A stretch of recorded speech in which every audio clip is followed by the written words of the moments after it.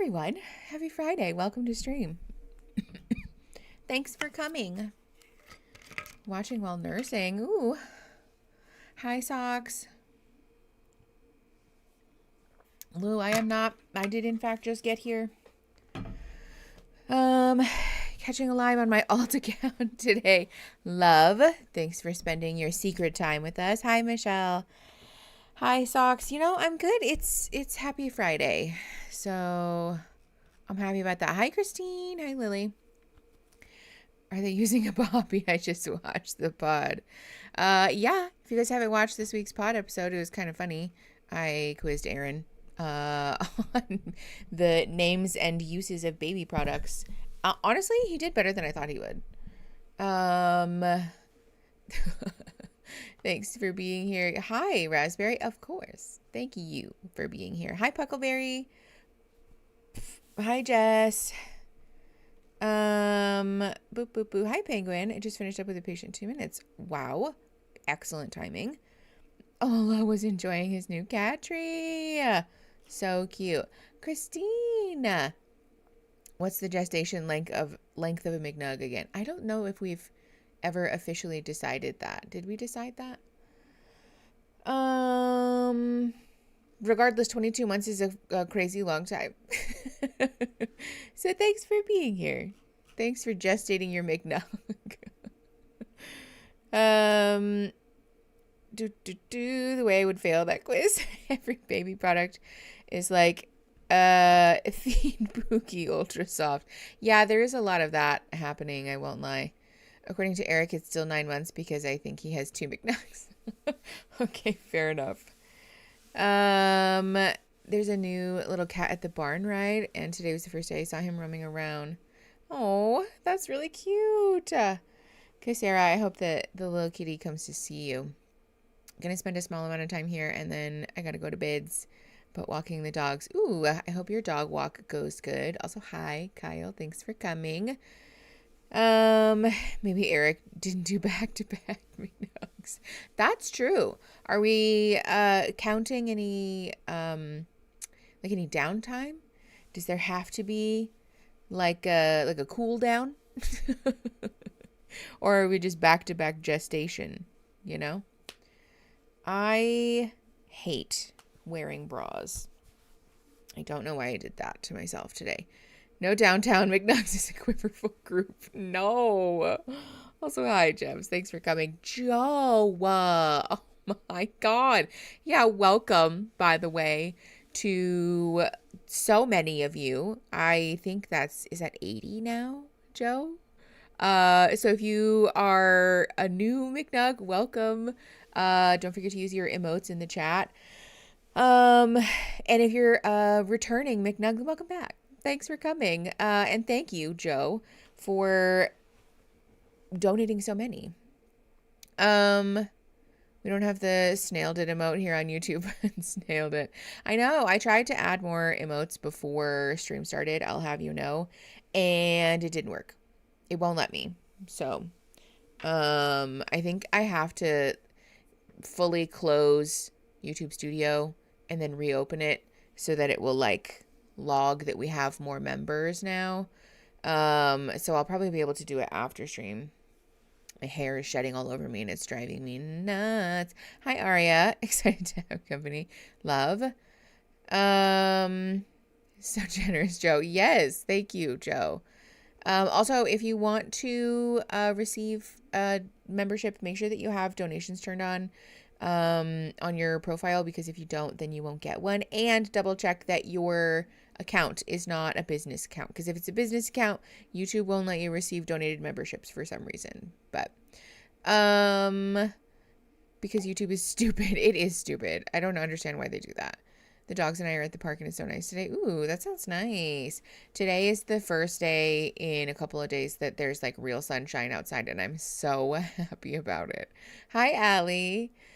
Yeah, how are we all doing with the cold? Because it's been pretty rough here. Is that just me? Ready to get into it? Kim, love the enthusiasm. Frost this morning. Oh, yuck.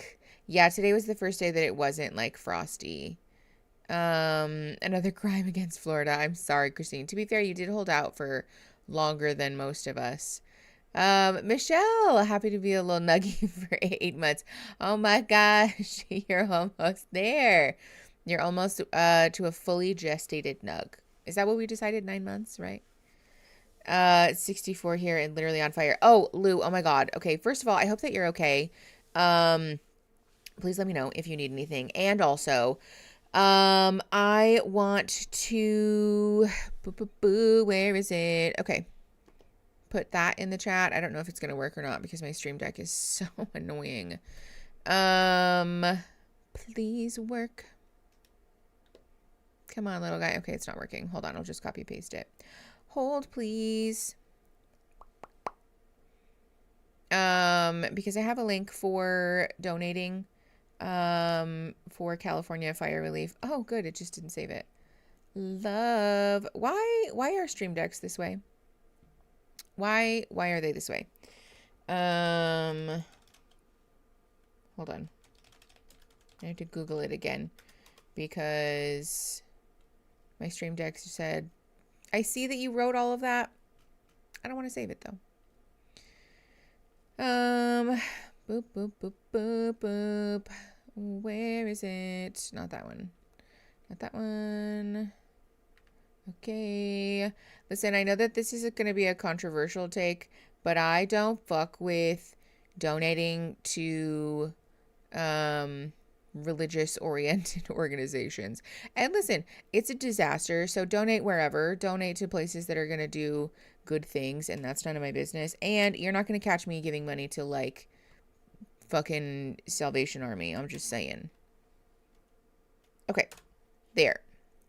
We're pinning that. There are lots of places that you can donate, to be clear. Red Cross and FEMA are like really common ones.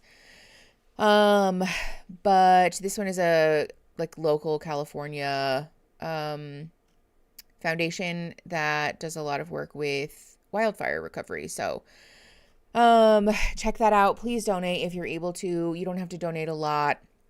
If 1,000 people donate $1, that's a lot of money that hopefully helps a lot of people. So don't put pressure on yourself to donate a bajillion dollars, but do try to donate something if you can, because it's bad. It's really bad. Boop. Oh God. Yeah, stay safe, everybody. If you're in California or LA, there's so many things going on. There's like 5 wildfires that are all separate somehow. I forget the name, but I can send it to you in a little bit. My sister's a doctor in California, and there's a nonprofit that helps get formula and children's supplies. Ooh, yeah. I'll happily put that in the chat also. Don't donate to Salvation Army. They just use the money to put fancy wraps on their vans. Well, and also the Salvation Army, when they say that they help people, will often do things like requiring people to attend religious services, and requiring them to consume and use religious like training materials and things like that. They don't really separate out their charity from their religious views, which sucks. Exactly. It isn't charity if you're going to force them to convert. No, exactly. Yeah, that's just a bot membership, which is not cool. So I don't fuck with that. But again, to be fair, lots of people are going to donate to organizations that are just the most well-known. And so this is not judgment. If you donated there or like to donate there, that's your business. But like I said, you're not going to catch me spending my money there. So, I really appreciate your second part to the emotionally immature parents. Ooh. Oh, Beach Fairy, that's really cool. That's how you found my channel a few weeks ago. Love. Hope you enjoyed both parts. That's good timing. EIP video was great and validating, in no contact with my mom and low contact with my dad.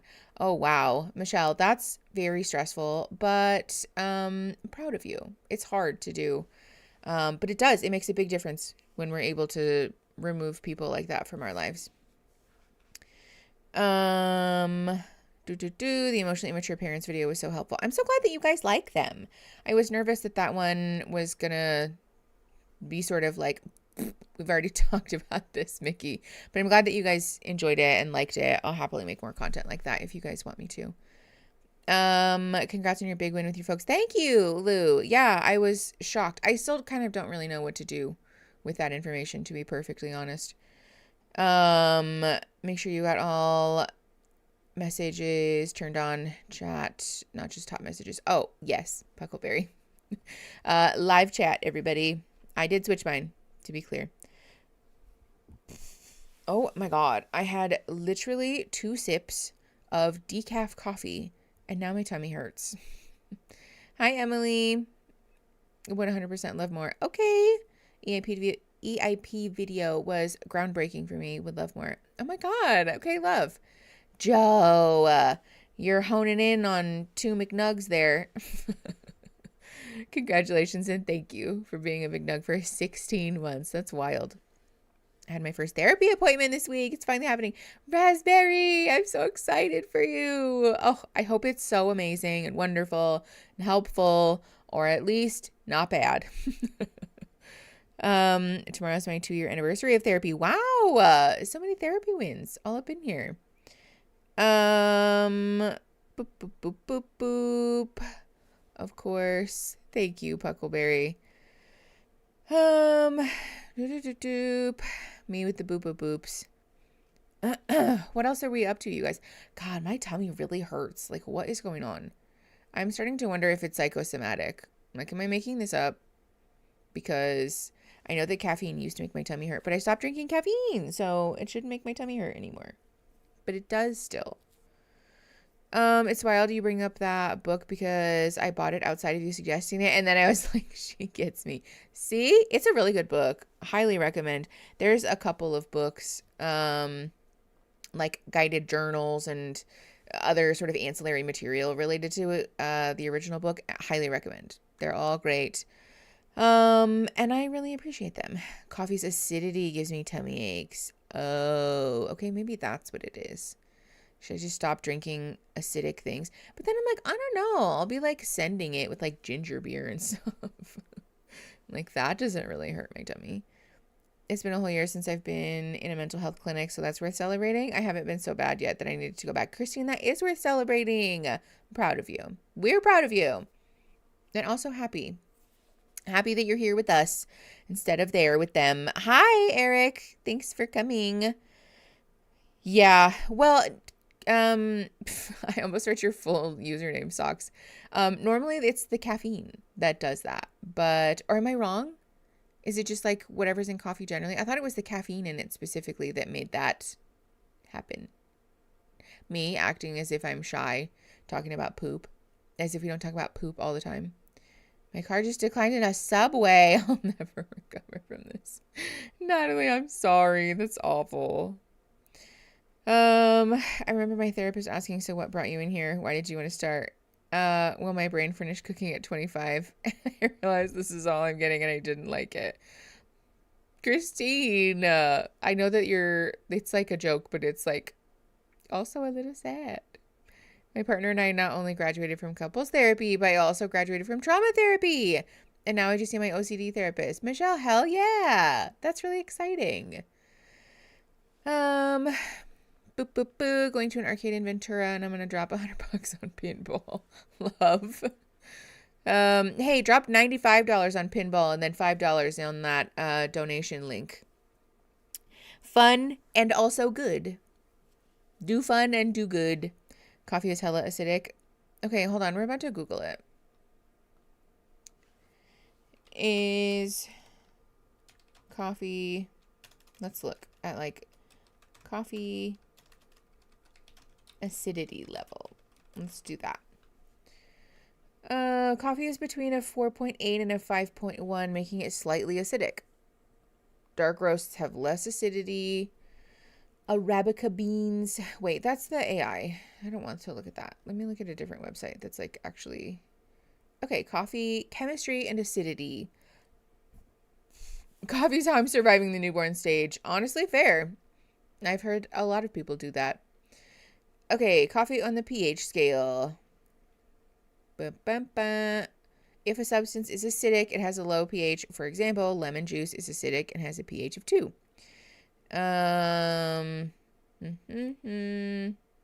Okay, the presence of acids in coffee will lower its pH. Therefore, coffee tends to vary, but it's generally around a 4.5. So that's not like insanely acidic. Let's see. Lemon is a 2. Tomatoes are a 4. Milk is a 6. Yeah, soda is a 3. Soda is more acidic than coffee. Okay. So what's the deal? Why is decaf giving me tummy aches? What the fuck? Cold brew is better for acidity too. Yeah, but nobody makes decaf cold brew. I'm about to start making some at home. I literally had that thought in the gas station today while I was picking up a coffee. Do it. It's just a lot of work. Did you eat anything before you had the coffee? Yes, Allie, I had a breakfast. I had a little breakfast sandwich and I had a little donut because I just needed to put some food in my body. So, the darker the roast, the more the caffeine is broken down too. Interesting. I didn't know that. Then I'm out of ideas. Honestly, Allie, me too.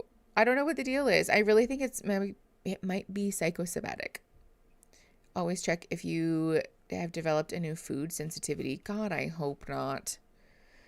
Nightmare scenario. Hold on.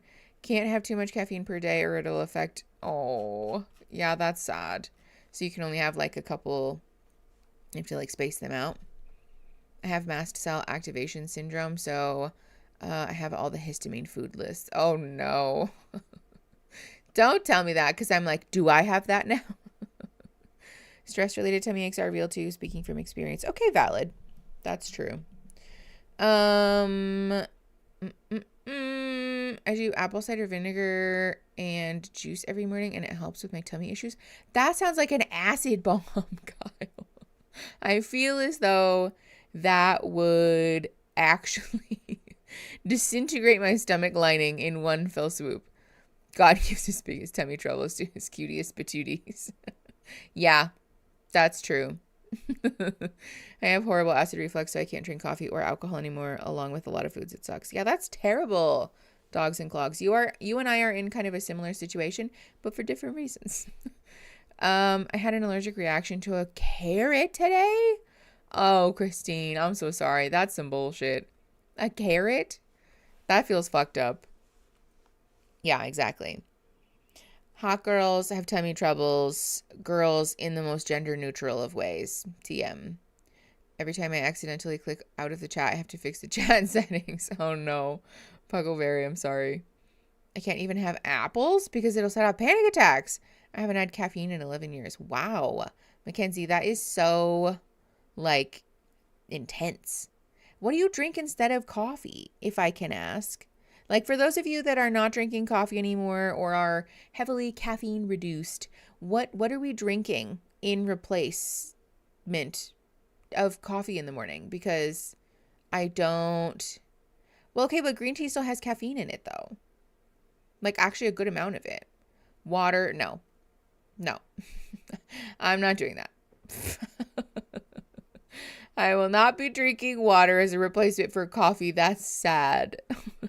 That makes my heart sad. Mushroom coffee? Is that a thing? Tea, water, matcha. Doesn't matcha have like a ton of caffeine in it too? Ooh, I switched out my dew for water. I have a cat scratch on the backside of my arm and it hurts. Matcha has hella caffeine. I feel so validated. Thank you, Jems. Need some Ultimatum drama. Yes, we're gearing up to watch the Ultimatum. Hold on, let me pull this back up, by the way. My mom's been having some kind of mushroom drink. Yeah, I've heard a lot of people with the mushroom thing. Okay, horchata, that's fair. Coffee and tea. Just sounds good. Chicory. I have tried like a roasted chicory root tea, which was like fine. But if you let it cool for too long, it switches from tasting like coffee to tasting like spit, in my opinion. And then I'm like,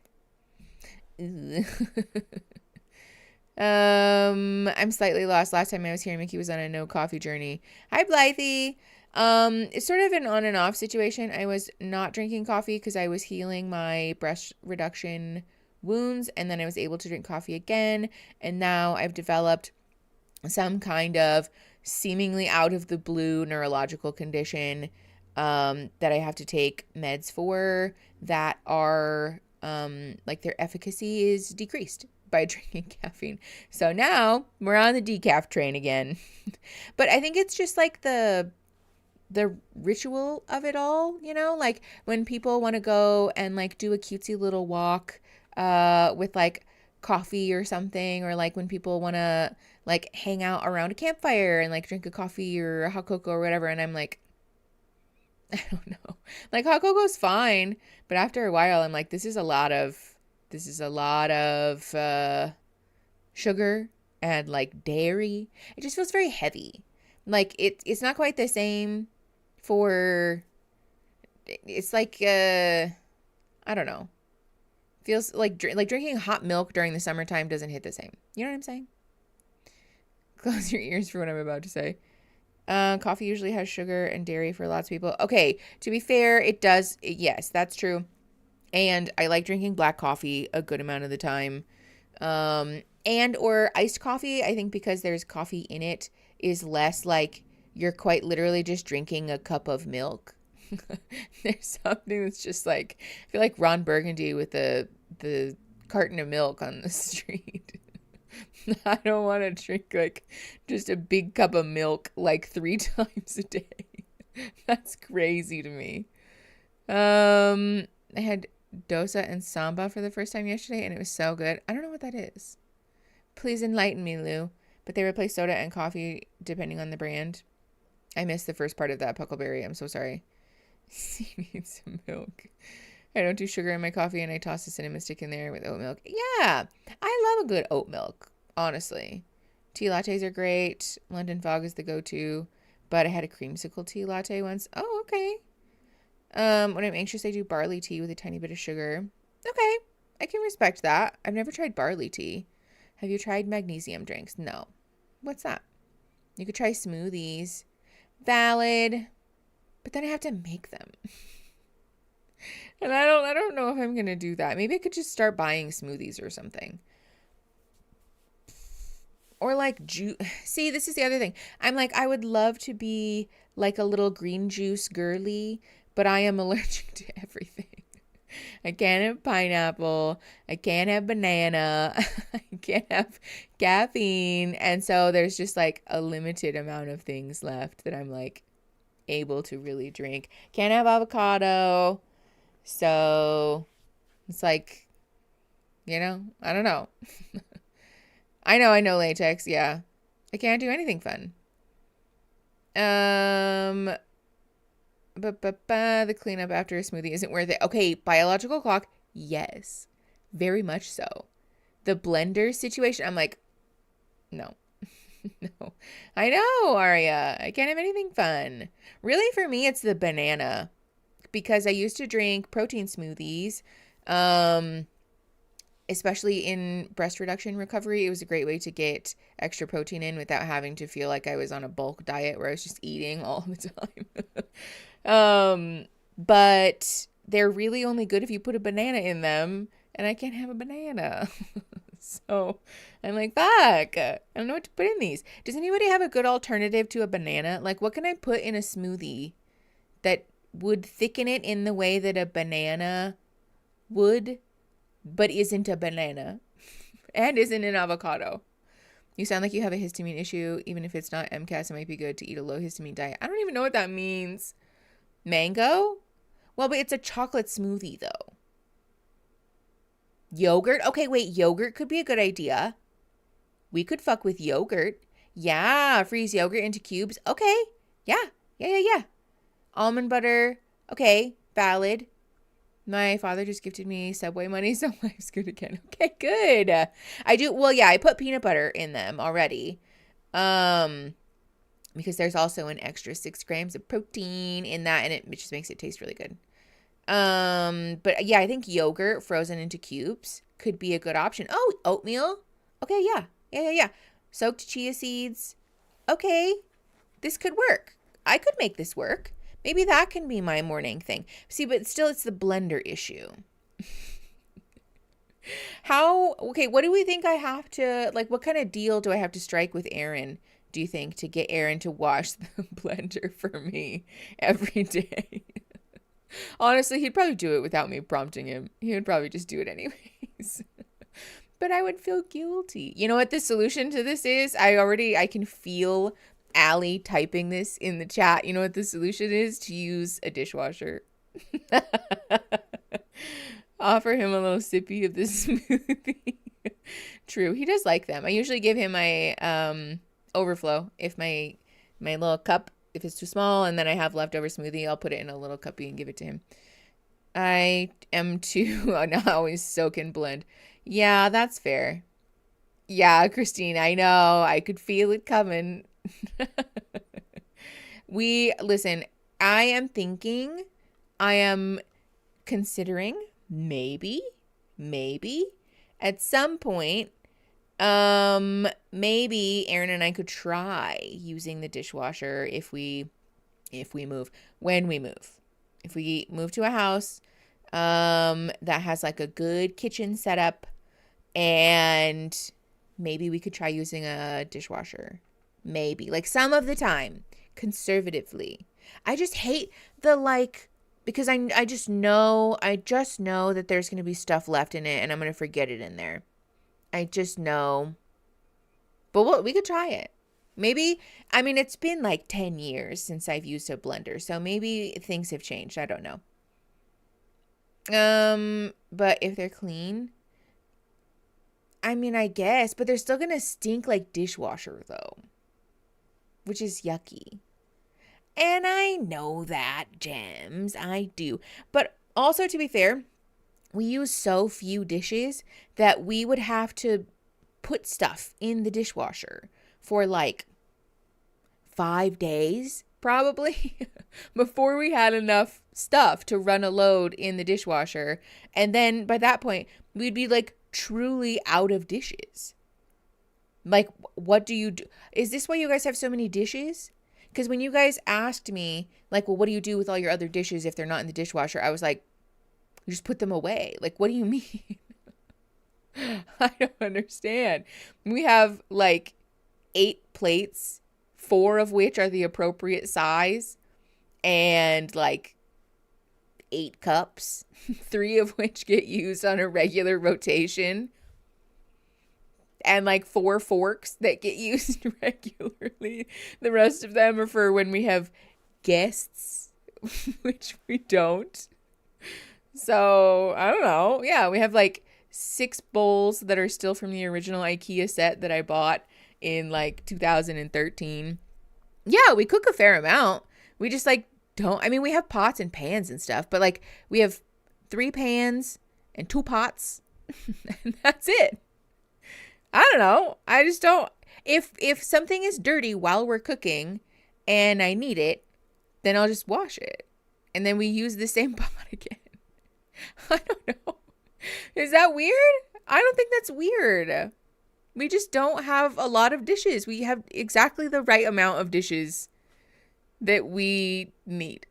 I live in a 2-person household and I managed to use the dishwasher. Okay, valid, Allie. But it sounds like you have more dishes than I do.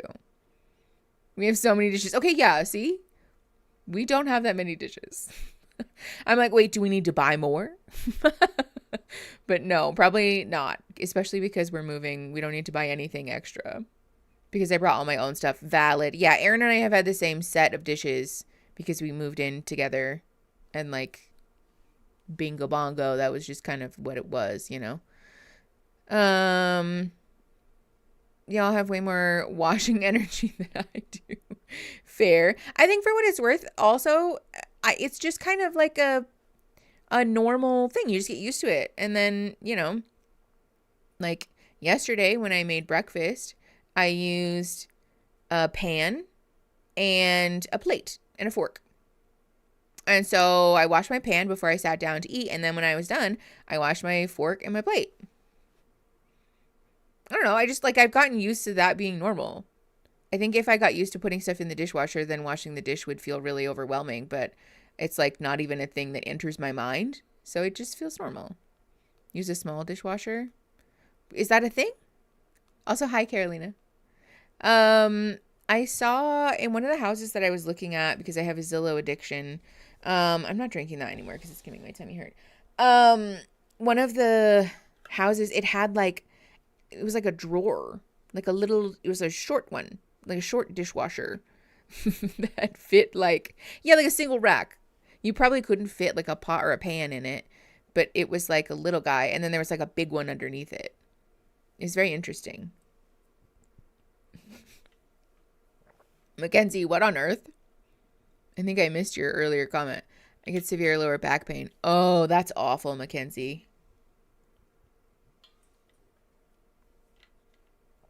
Oh, yeah, Aria. I look at Zillow all the time, too, when we travel. Aaron and I like to play a game of, could we afford to live here? The answer is usually no. Because his apartment doesn't have hookups. Hold on, I think I missed a chapter. Yeah, it was 2 dishwashers. Isn't that interesting? I thought it was interesting. It was like a short one and then a big one. Not a big one, not a like full size one, but it was like if somebody took a regular dishwasher and like chopped it in half, where like the top one was shorter than the smaller or the bottom one. Isn't that interesting? I thought that was kind of cool. I don't know how efficient that is, and I don't know like really what the controls look like on something like that, but I don't know. I thought it was cool. I was like, that's a dishwasher that I could use. If the instructions tell me it's hand wash only, it's all going in the dishwasher. Yeah, that's fair. See, when I see stuff like that, that's like not dishwasher safe, I'm like, okay, I don't care. Zillow gone wild. What's that? I am that way with my clothes. If it says hand wash only or like, lay flat to dry. No. Unless it's something that I deeply cherish. Like I have a sweater that I really, really love. It's like a secondhand sweater that I bought from a really cool plus size boutique. Fine. That can get, it hangs to dry. I'm not laying it down flat because that's a lot of work. But other than that, really, like I'm not doing that. No, yeah, and I get that. You got to lay your stuff flat to keep it for longer, and that's totally valid. But the dryer that we have is like, let's see, we've lived in our house since 2017. So how many years is that? To 2020, that's 3 plus now is 8. So 8 years. And then we had it for the house across the street, which was a year. So that's 9 years. And then we had it at the house before that. So then it's a 10-year-old dryer, and it was used when we bought it. And it does not really, I don't think she's working optimally anymore, which is fine. But we also dry things on like just barely above air dry. So the heat in there is like she's not really we're not scorching things in the dryer, to be clear. So if it says lay flat to dry, then I'm gonna put it in the dryer. It will be fine. And if it's not, then it's not, and that's fine. I'll just live without it. You scrape the food off before you put it in the dishwasher. There's a lot of differing opinions about this that people get really upset. The dishwasher sanitizes the dishes but doesn't necessarily serve to scrape all the food off. Just sanitize it so you don't have to use more than pre-rinsing and then putting it in the washer. I have also seen somebody on TikTok, like an appliance repair tech, say that if you don't put your dishes in the dishwasher with like stuff on them, that the machine, especially newer ones, it can't sense that they're dirty, and so it won't like do as good of a job. So you're not supposed to wash them before and then put them in. You're supposed to just like scrape the food off and chuck it in there. Y'all live in Arizona. Do y'all not hang stuff to dry outside? No, it's never occurred to me. Especially because it's like dusty here. I don't want dusty ass clothes. I think y'all are vastly overestimating how clean it is outside. Because when people live somewhere that has like grass and like plants, it anchors the dirt to the ground. So, I mean, the reason we have dust storms here is because it's just fucking sand. Like, it's just sandy everywhere. So, if it's windy and hot, you're going to come inside feeling like you have dirt on you. Like, especially sunscreen for like runs and stuff. This still happens to Aaron. But for like field day and stuff, like little school field trips and stuff as a kid, when they would slather you in sunscreen, it was an autistic nightmare because I would come home with like a thin layer of dirt all over me. Yeah, because it sticks to you. It's terrible. So, like, is it feasible to dry your clothes outside? Yes, very much. Do I choose to do it? No. No. I don't really like it. Yeah, I just am not. Yeah, exactly. It's like 120 grit sandpaper. I don't enjoy it. And like not everywhere is like that all the time. You know, like sure, sometimes it's fine. I'm sure, but I am not a fan. This is also why I don't like I do enjoy camping and stuff, but the feeling of having like dust in my hair for like 5 days in a row. No. I don't want that. Oh yeah, like a little sunsuit thing. That's why the dishwasher manufacturer industry. What the dishwasher? What? I can't more than 3 days at a time. Yeah. But I mean, especially here, it's dusty. And so like you come home with all of your things covered in dust. Your tent and stuff and all your clothes and your hair. Everything has to get washed. It's just very annoying. To be fair, the tent and stuff though, you just like shake it out and it's fine. It's gonna get dusty again anyway, so you don't have to clean that, but like your clothes and stuff. That sounds awful. My favorite thing is wind on my face and the smell of pine trees on the lake. I'm very excited to experience something like that because I've never lived anywhere where there's like grass and plants. So I don't know, maybe it'll be nice. I think the humidity will probably push my buttons. That sounds like an autistic nightmare.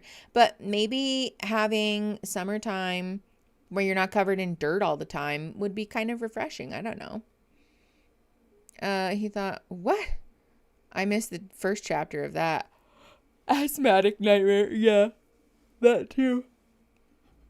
Aaron and I both have tried to make a habit of when we come home to like rinse our mouths out and spit in the sink before we swallow like water when we get home because it has like dirt and pollen and just like, you know, grossies in it, and it tends to aggravate our allergies less if we do that.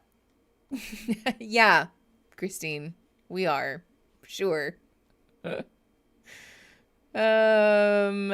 Valley, Oregon in October is my favorite climate ever. Oh, excuse. That sounds really fun. Yeah, the air quality here is bad. Not great, especially in Phoenix where there's hella pollution. It's also dusty and just pollution-y now. Speaking of places with bad air quality, it's LA, which if you didn't know is burning. LA is in a very scary and shitty situation, and there are people who've literally lost everything, their whole lives. Everything that they've known for their whole lives up in smoke, quite literally, and it's very, very scary. So there's a link pinned in the chat.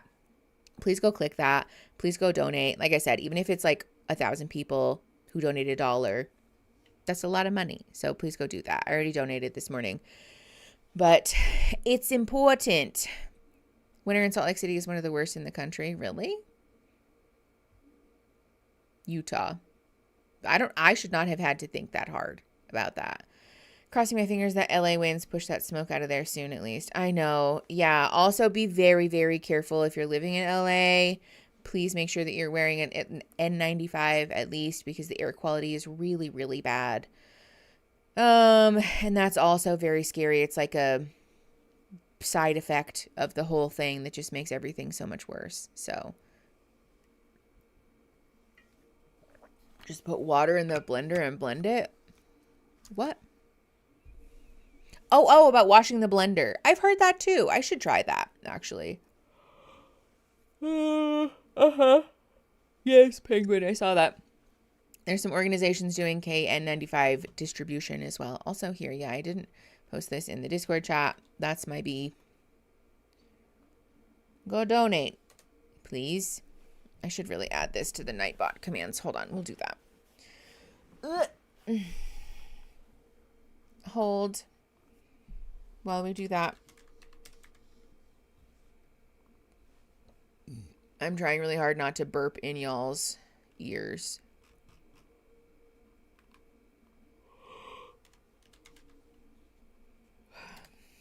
Okay. Google autocomplete. Be so serious. The winds need to die down so the LA Fire Department can use their planes and helicopters. Yeah, the winds are so strong that they can't fly planes and helicopters safely, which is making the whole situation worse.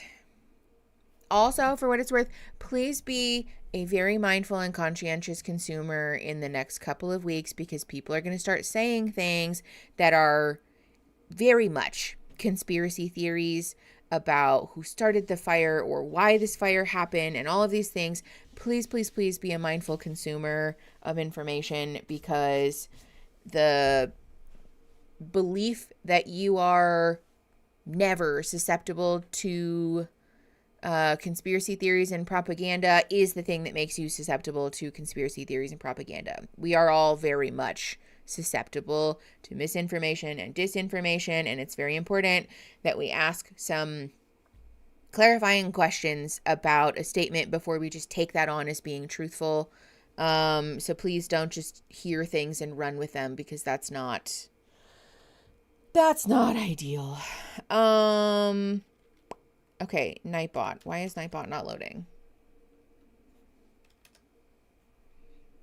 Nightbot. Can you please work? I just want to log in.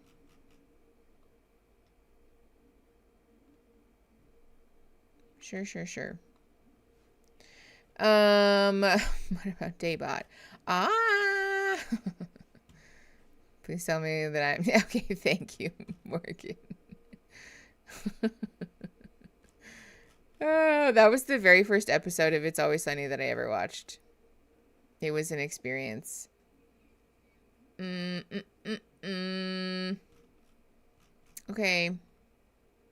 Nightbot, hello. I'm like, am I crazy?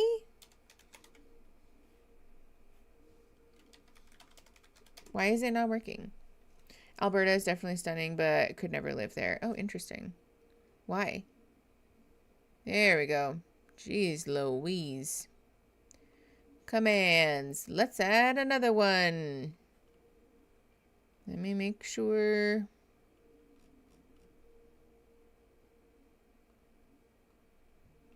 Where is the command for? Maybe we deleted it. Okay, we'll just add another one.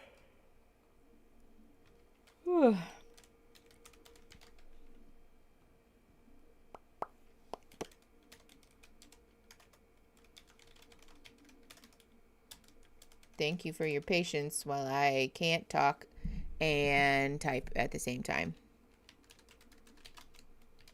Also, if anybody, I don't remember if I'm spelling relief correctly or not, if anybody makes fun of me, that's fine, but I'll be mad about it. Okay. All right, can we test that, please?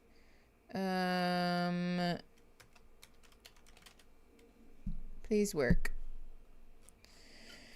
They're just having to use more water on the ground because of the lack of ability to use aerial measures to fight the fires. God, that's so scary. Okay, there we go. You can use, just one of you can use !donate, and it will pull up a link for everyone that everyone can click on to go donate. It should also work in Discord now.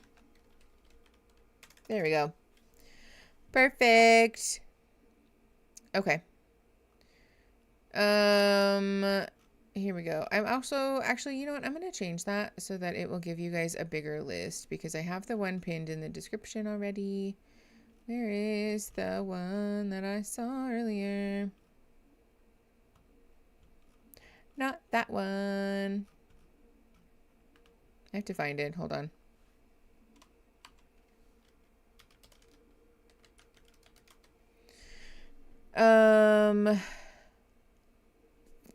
Alberta has a lot of conservative people and it's kind of scary. Ooh. Yuck. That's not very fun. Fair enough. Okay. There we go. I adore Montana. Really? Jen, thank you. Snaps and claps for Jen. Thank you for donating. I appreciate you very much. Not those.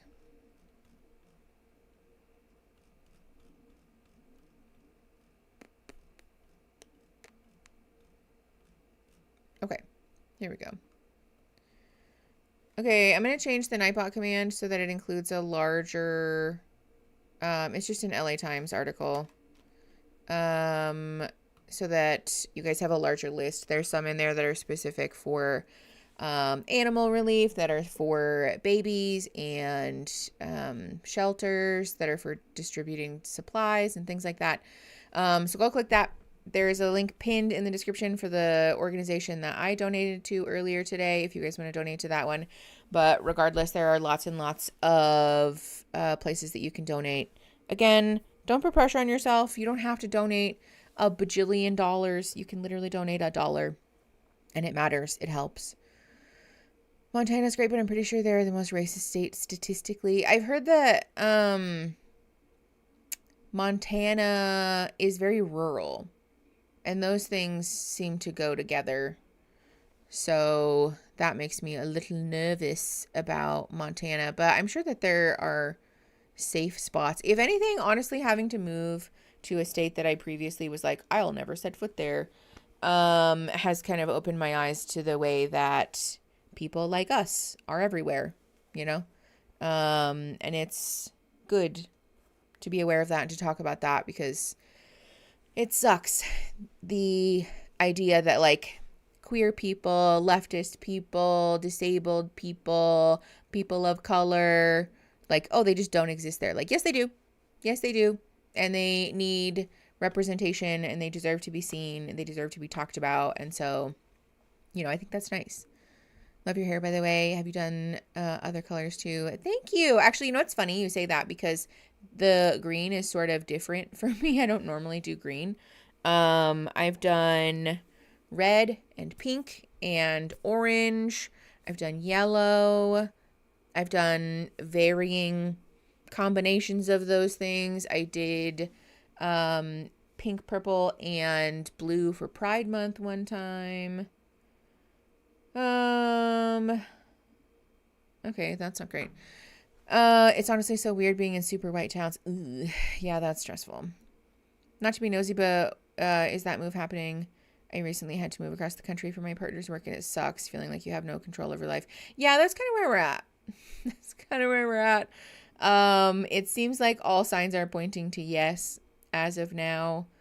Unless something crazy happens. Like, unless there is a, what is that called? Deus Ex Machina. It's happening. We're moving. We just don't have a firm timeline. So I'll update you guys, you know, I'll let you know. In the meantime, thanks for being patient while we're sort of in process and things are a little crazy. I know it's off topic, but I got a new water bottle for Solstice and I put my stickers from Love is Blind Bingo on it. Oh my gosh. Love, including my Hydrate or Die sticker. Yay. I love that. I hope you guys love your stickers. We are also, for what it's worth, we're doing bingo again in February because Netflix just will not quit. They're putting up another season of Love is Blind. that will drop on Valentine's Day, which is some bullshit. They really just like stay filming this freaking show. But we're going to do bingo again in February. And we might have some fun updates to bingo, depending on the timeline and how fast we can get things up and moving. So that will be cool. Keep your eyeballs open. Stay tuned for bingo updates.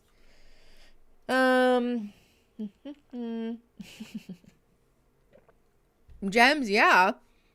I don't want to promise stuff that I don't have, proof for. I mean, Joe, that was my hope also, but shit happens, who knows? Yeah, Beach Fairy, in case you didn't know, we play bingo when we watch Love is Blind mostly. We've played it for other shows, but I think Love is Blind is like the most predictable and ridiculous one. And so that makes for a good bingo card. Yeah, Love is bingo. Maybe we start soon. Yeah, probably. Overpromise and under-deliver. That's the best way. Yeah, definitely. But yeah, we play bingo and everybody gets to play. You can play for prizes. This time we're going to do it a little different though. I'll give you guys updates about what that means, but we're going to update our prize system both to make it a little easier for me and less repetitive for y'all. So that will be fun. But yeah. I couldn't believe how bad it got. The manic painting man was scary. What? I think I missed something there. Okay. Let me know how I can help. I'm pretty sure. Oh, that's nice. Thanks, Lou. It's wild to be a compassionate and far left person growing up in South Florida and still count myself growing up at 42. I feel that, honestly. Are you on YouTube only? There's nothing on Discord. Our Discord server is available for members only. So if you join YouTube memberships or the Patreon at the Snosh Blossoms level or above, then you can hop into the Discord server. I think they're dropping the new Queer Ultimatum soon. Ugh, of course they are. Of course they are. Here, let's Google that. Netflix. Queer. That was the wrong letters. Ultimatum. Season 2.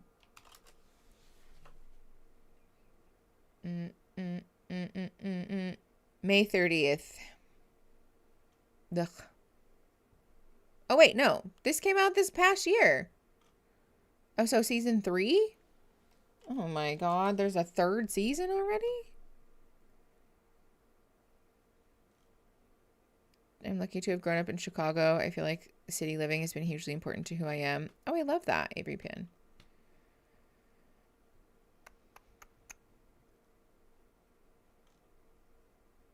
I can't find it. Queer Ultimatum was the best ultimatum.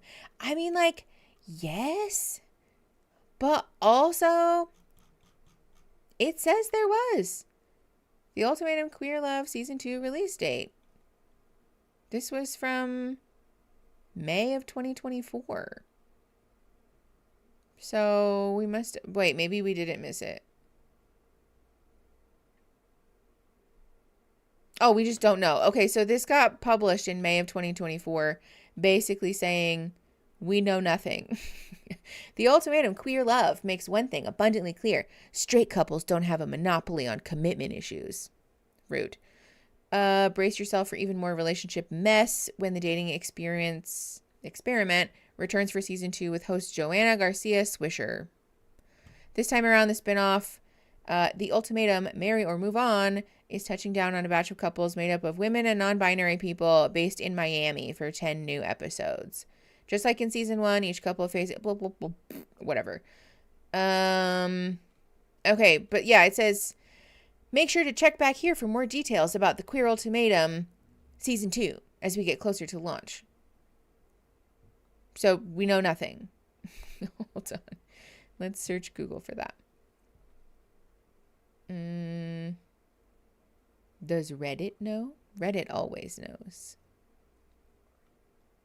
Let's see. 8 months ago. I don't think they've officially confirmed, but we definitely are. They announced they're casting for it a while ago. Season 3 and season 2 are renewed. Season 2. Okay, that's the article that I just looked at.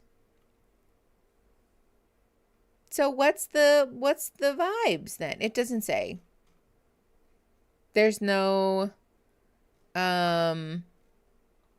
clear details about a launch date, so that's annoying. It's true, but they don't have to say it like that. Yes, exactly. My Queer Ultimatum. Okay, Kyle, I'm not reading that out loud. Who is straight, by the way? Oh, yes, the host. I know. Why do we have a straight person hosting the Ultimatum Queer Love? Why did we do that? Entirely rude. Okay, let's get started with our episode 2. If you missed it last week, we watched episode 1. It's a pretty open and shut concept. Couples are, one of the people in the couple has given their partner an ultimatum about wanting to get married. And so now they're part of the show instead of going to therapy, where they break up, they date other people, they live with other people for a short time. And then at the end, we all decide whether or not we want to get back together, meaning you have to propose at the end of this, or you want to break up, or you want to be with the person that you did your trial marriage with. It's a very inappropriate setup, but you know, it is what it is. Also, this is the wrong thing. This has been the wrong thing this whole time. You guys are just looking at chat. Firefox. Look at Firefox. Look at Firefox. There we go. Also, I don't want any shit about me using Firefox. Everybody thinks it's a superior browser. Leave me alone. Apparently, Queer Reality TV have the lowest rating, so it would surprise me if they do it again, but hopefully. It sounds like they're going to do it again. Probably just not anytime soon. Thank you. Thank you. I am valid. So are you. Okay.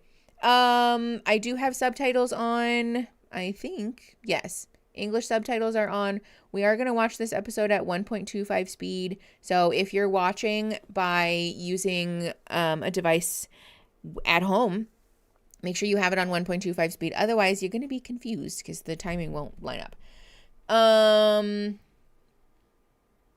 That's it. We'll pause as we see fit. Trauma streaming to you at high speeds. That should be the tagline. Okay, here we go. Pressing play in 3, 2, 1. Hold on.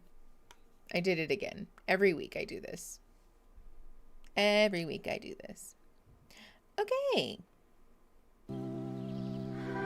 Nope. This is why I turn my headphones on, because, or why I paused to turn my headphones on, because I don't need the music. None of us do. Accelerated experience is so hard. I think that was disrespectful. You're literally holding another girl's hand.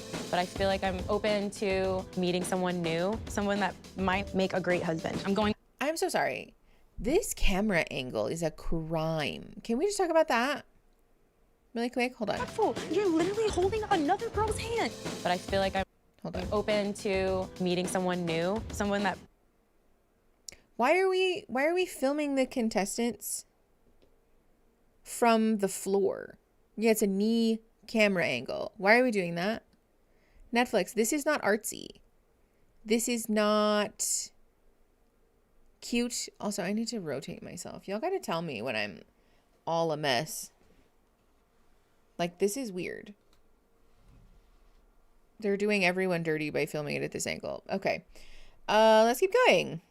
Might make a great husband. I'm going with this process and not holding back anymore. It's crazy how we're both lying. Wow. Isn't that crazy? Multiple times. I kind of just felt like a instant chemistry. It's a hot connection. We all came here thinking about marriage, and so in just a few short days, it'll be time for us to choose a partner for a trial marriage. It's wild. I snore. Like construction site loud? All the women here are wonderful. I think they all embody traits that would make a great wife. I didn't expect to have any feelings for anybody else, but it's just really easy to like you. Me too. There is this ultimatum on the table. We either get engaged or we're breaking up, or we could leave here maybe with someone else. I'm having trouble finding qualities you don't have as a wife. Everything is there. You just gotta want it. I want it, so. I strongly dislike that man. Like, deeply dislike that man. He was incredibly, at least rude, if not tiptoeing the line of behaving in an abusive way at the end of last episode. Good to see you. Oh, you smell good. You too. Ooh, we match. outfit is Look at that. Oh, yeah, I coordinated. Yeah, it was fine on you. Like, You look separates. amazing, by the way. I love the all black. Oh, yeah? Yeah. Okay. I mean, it's kind of my go-to. So Yeah, me too. Everything in my closet, pretty much. Every time I hang out with you, I'm It's a like, solid strat. Oh. More interesting, and more interesting. Yeah. I mean, just on a human level, like I enjoy your energy is like easy to be around. We laugh. Yeah, like, yeah. I think I said that you're like an onion. Did you really? Yeah. That's literally what I said. I didn't say onion, but I said there's layers. I to know, you. Puckleberry. So Dave doesn't want to get married. I'm already learning, like, things that I want or need more of. Yeah. Last year I did a bodybuilding competition. Dave wasn't a huge fan, but I did really like it. I would do it again, but I've agreed not to. Wow. Yeah, anyway. I would be like, enjoy. I'll see you when you get back, and I'll be there for all the good shit. Let's say we do live together. Yeah. Let's just say. Let's just Real quick, let's be very clear. Bodybuilding competitions, listen, I'm not here to tell anybody what to do. And for what it's worth, if you find yourself at any level of the spectrum, regardless of whether you're a thin person, a fat person, a mid-sized person, anywhere on the spectrum, if you find yourself engaging solely in hobbies that surround themselves or that focus themselves around an obsession and a fixation with your body size, your body shape, your body weight, your food intake, your exercise level, that is disordered. Your life should not consist of only caring about your food intake, your exercise level, your body size or shape or weight. That's disordered behavior. And yes, it can be a gratifying hobby to work really hard at like a fitness event, right? I'm not saying that there's something wrong with like wanting to train for a particular sporting event or fitness event, and be very mindful about the way that that can sometimes eclipse people's lives, right? If you're no longer able to spend time with your friends or sleep an adequate amount or take a day off or have a slice of cake for your birthday, those are kind of turning into warning signs now that this hobby has taken over part of your life. Again, I want to be clear. I don't take any issue with people wanting to spend a lot of time and energy pursuing a particular fitness goal because it can be very gratifying, right? Especially for those of us that are physical processors and that process emotion and think best when we're exercising or when we're like, working really hard. All of that is super valid. And your life should exist outside of that, right? That's all I'm saying. So be very aware of that. And if your partner refuses to participate in or be supportive of your hobbies simply because they just don't care, your partner's a jerk. Your partner's being really rude and unkind to you, and you deserve a partner who cares about the things that matter to you. It's different saying like, hey, I love you very much and I am supportive of your hobby and I don't think that this is healthy, right? I am supportive of you, powerlifting, right? Pursuing like a fitness goal or wanting to participate in like fitness competitions and those types of things. And I want you to still exist and have a life outside of that. That's not supporting your hobby. But this person just saying like, no, you're not allowed to do that. You can't do that. Like, that's not kind. Your partner should care. Your partner should care about the things that you care about. Plain and simple. It's not difficult or reaching for the stars. It's really not. Okay, 252. Pressing play in 3, 2, 1. Just throw that out there. Hypothetically. Are you okay with incense and sage and some hippie shit in the house? Yeah. Okay, cool. All All right, cool. just don't give me cheese and we'll be good. Well, if you fart, it's fine. White sage is a close I probably think it's really practice. cute. I'm gonna kill you. No, I think it's like really cute. Okay, really. Sorry, all we're doing is pausing every 5 seconds for what it's worth. If you are a new age hippy dippy into witchcraft, paganism, whatever, white sage is a closed practice. Smudging is a closed practice. Just don't. You don't need to do that. There's like 85 bajillion other ways that you can participate in an emotional or spiritual cleansing that don't include using closed practices. It's literally cultural appropriation. And the really shitty part about it is that white sage is a sacred herb. It's a sacred crop. And it's endangered. Yeah, it's going like extinct basically because white people who have co-opted, indigenous religious and spiritual practices. Yes, Palo Santo also, don't use that. They have caused like white sage in particular to soar to a level of popularity that it's now being farmed at unsustainable rates and it's going to go extinct. And so the people who brought us the knowledge of white sage won't even be able to use it anymore. So don't use white sage. Closed practice means that it's not a religious or spiritual thing that you can just pick up and do. It's not for everybody. If you don't have family, relatives, close loved ones who have initiated you into that practice and have taught you how to do that correctly, have given you the materials for doing that, it's not for you. You don't get to do it. Like plain and simple, you just don't get to do it. There are lots of other things. You can use a tuning fork, for Christ's sake, to cleanse and reset the energy in your home. You can use things like cedar, but you can also use things like simmer pots, you guys. You can literally on your stove put an orange peel and some cranberries in a pot of water and boil that on your stove because magic is in the intention and not the materials. You don't need to use closed practice items to cleanse your home or your space or yourself. There are lots of other things that you can do. Yeah, literally it's not necessary. It is so incredibly unhelpful. And also it's literally just performing what we as white people think spiritual or like new age spiritual practice looks like. Just don't. Also be careful with bay leaf, Carolina, because it is a hallucinogen. Don't do that if you have pets in the house. And be very careful. Don't burn lavender, eucalyptus, creosote. All of those are toxic and potentially deadly to your pets, especially your cats. So don't do that. Again, use a tuning fork, use a bell, make a simmer pot with like safe foods or herbs or whatever. Spray some water around.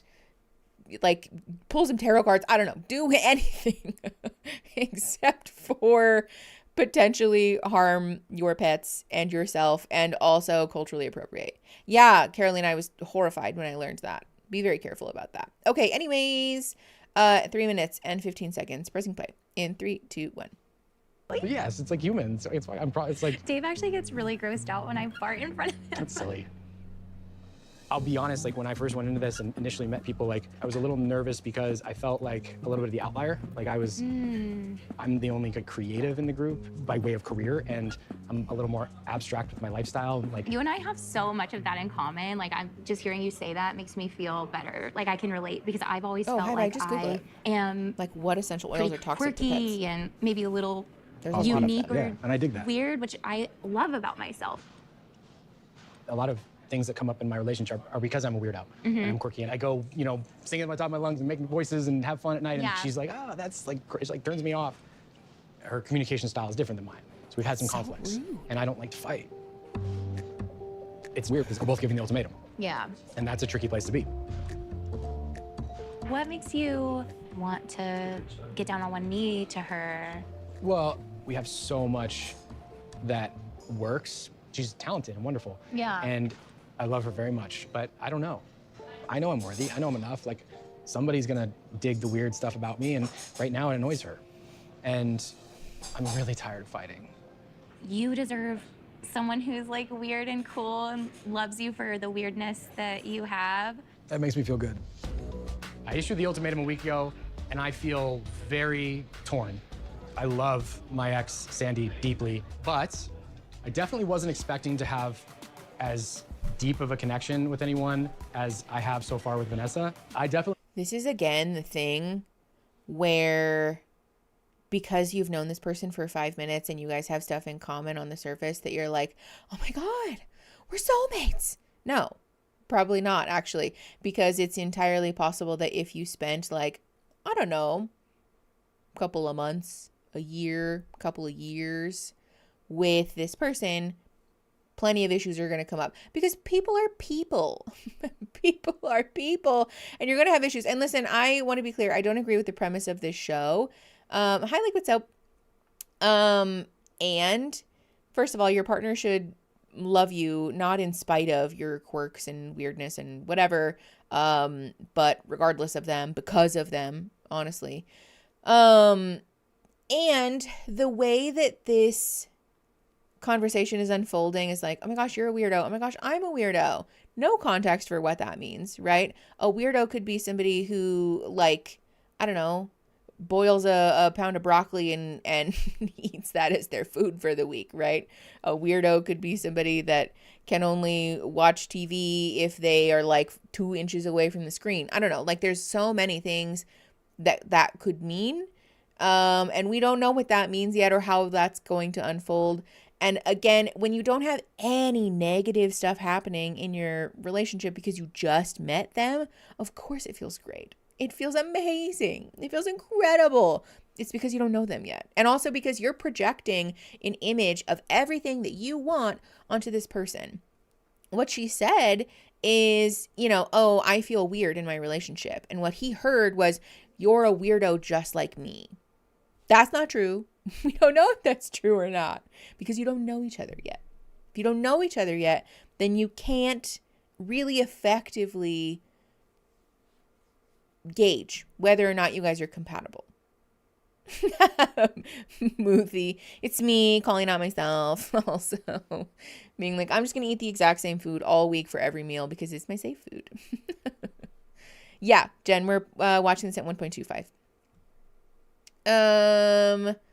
Doop. Okay. Let's keep going. Yeah, cab light theory for sure. Okay. 5 minutes, 15 seconds, pressing play. In 3, 2, 1. I have more confusion than I had before.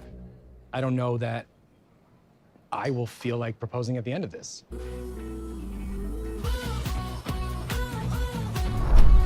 Okay.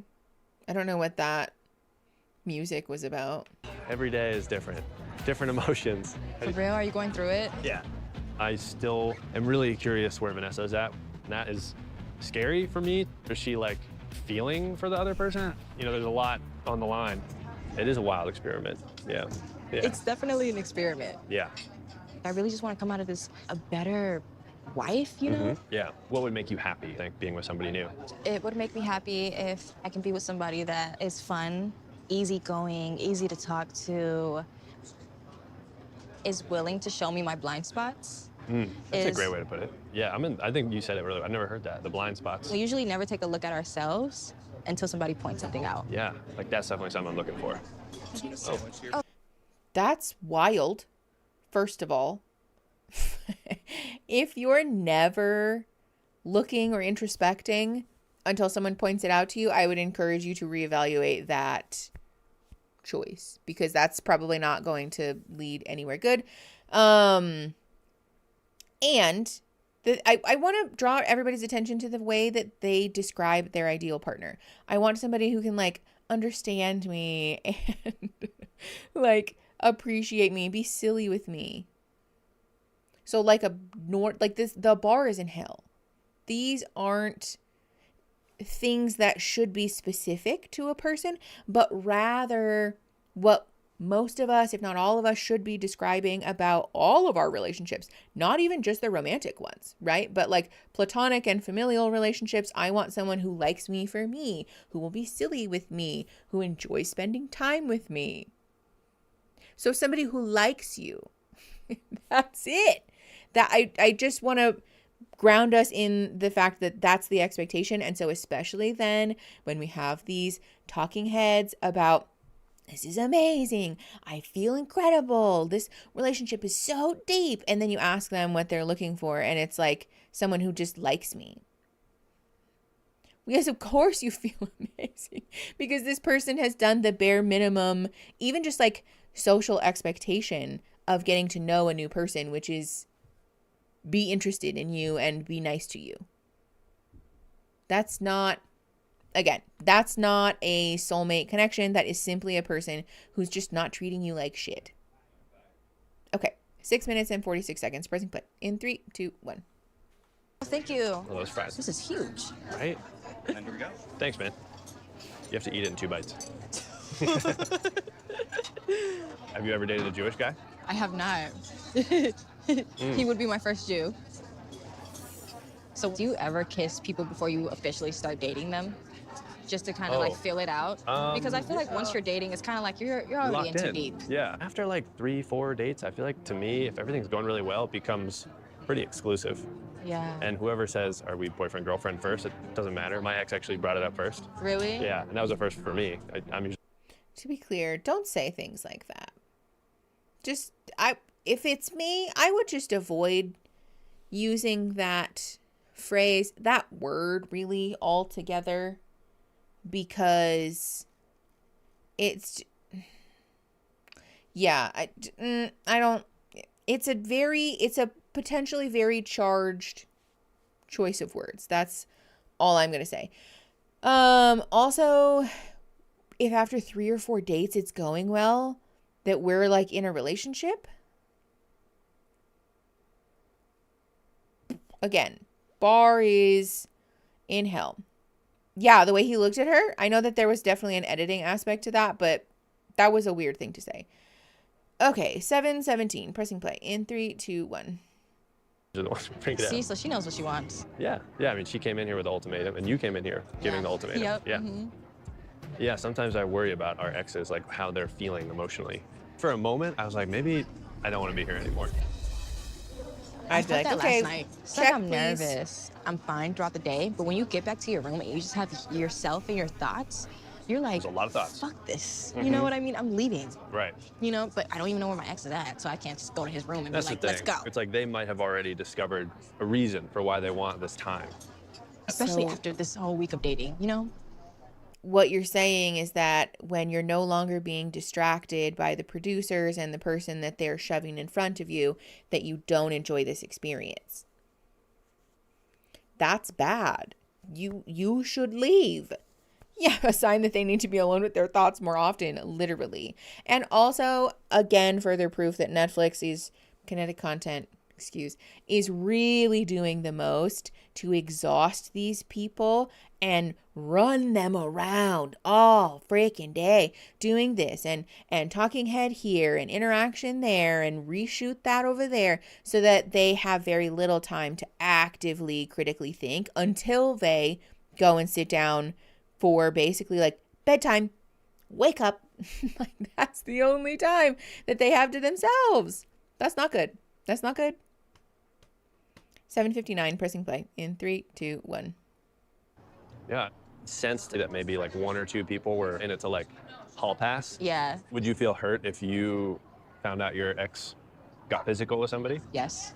Yeah, I'm in the same boat. I don't want to be betrayed. Like, I know that you're technically single, but if anybody can take you like that easily, and You're after gonna we've put been it. together for like 2.5 years, almost 3, I'm in the then, same timeline, yeah. then I'm like, no, like I can't. That's a red flag. Yeah, it's gonna be interesting tomorrow because we're Then why doing are this we mixer on the again where we show? get to see everybody. Yeah. So we're gonna be able to see our exes there too. It's gonna be like, wonder what they're thinking.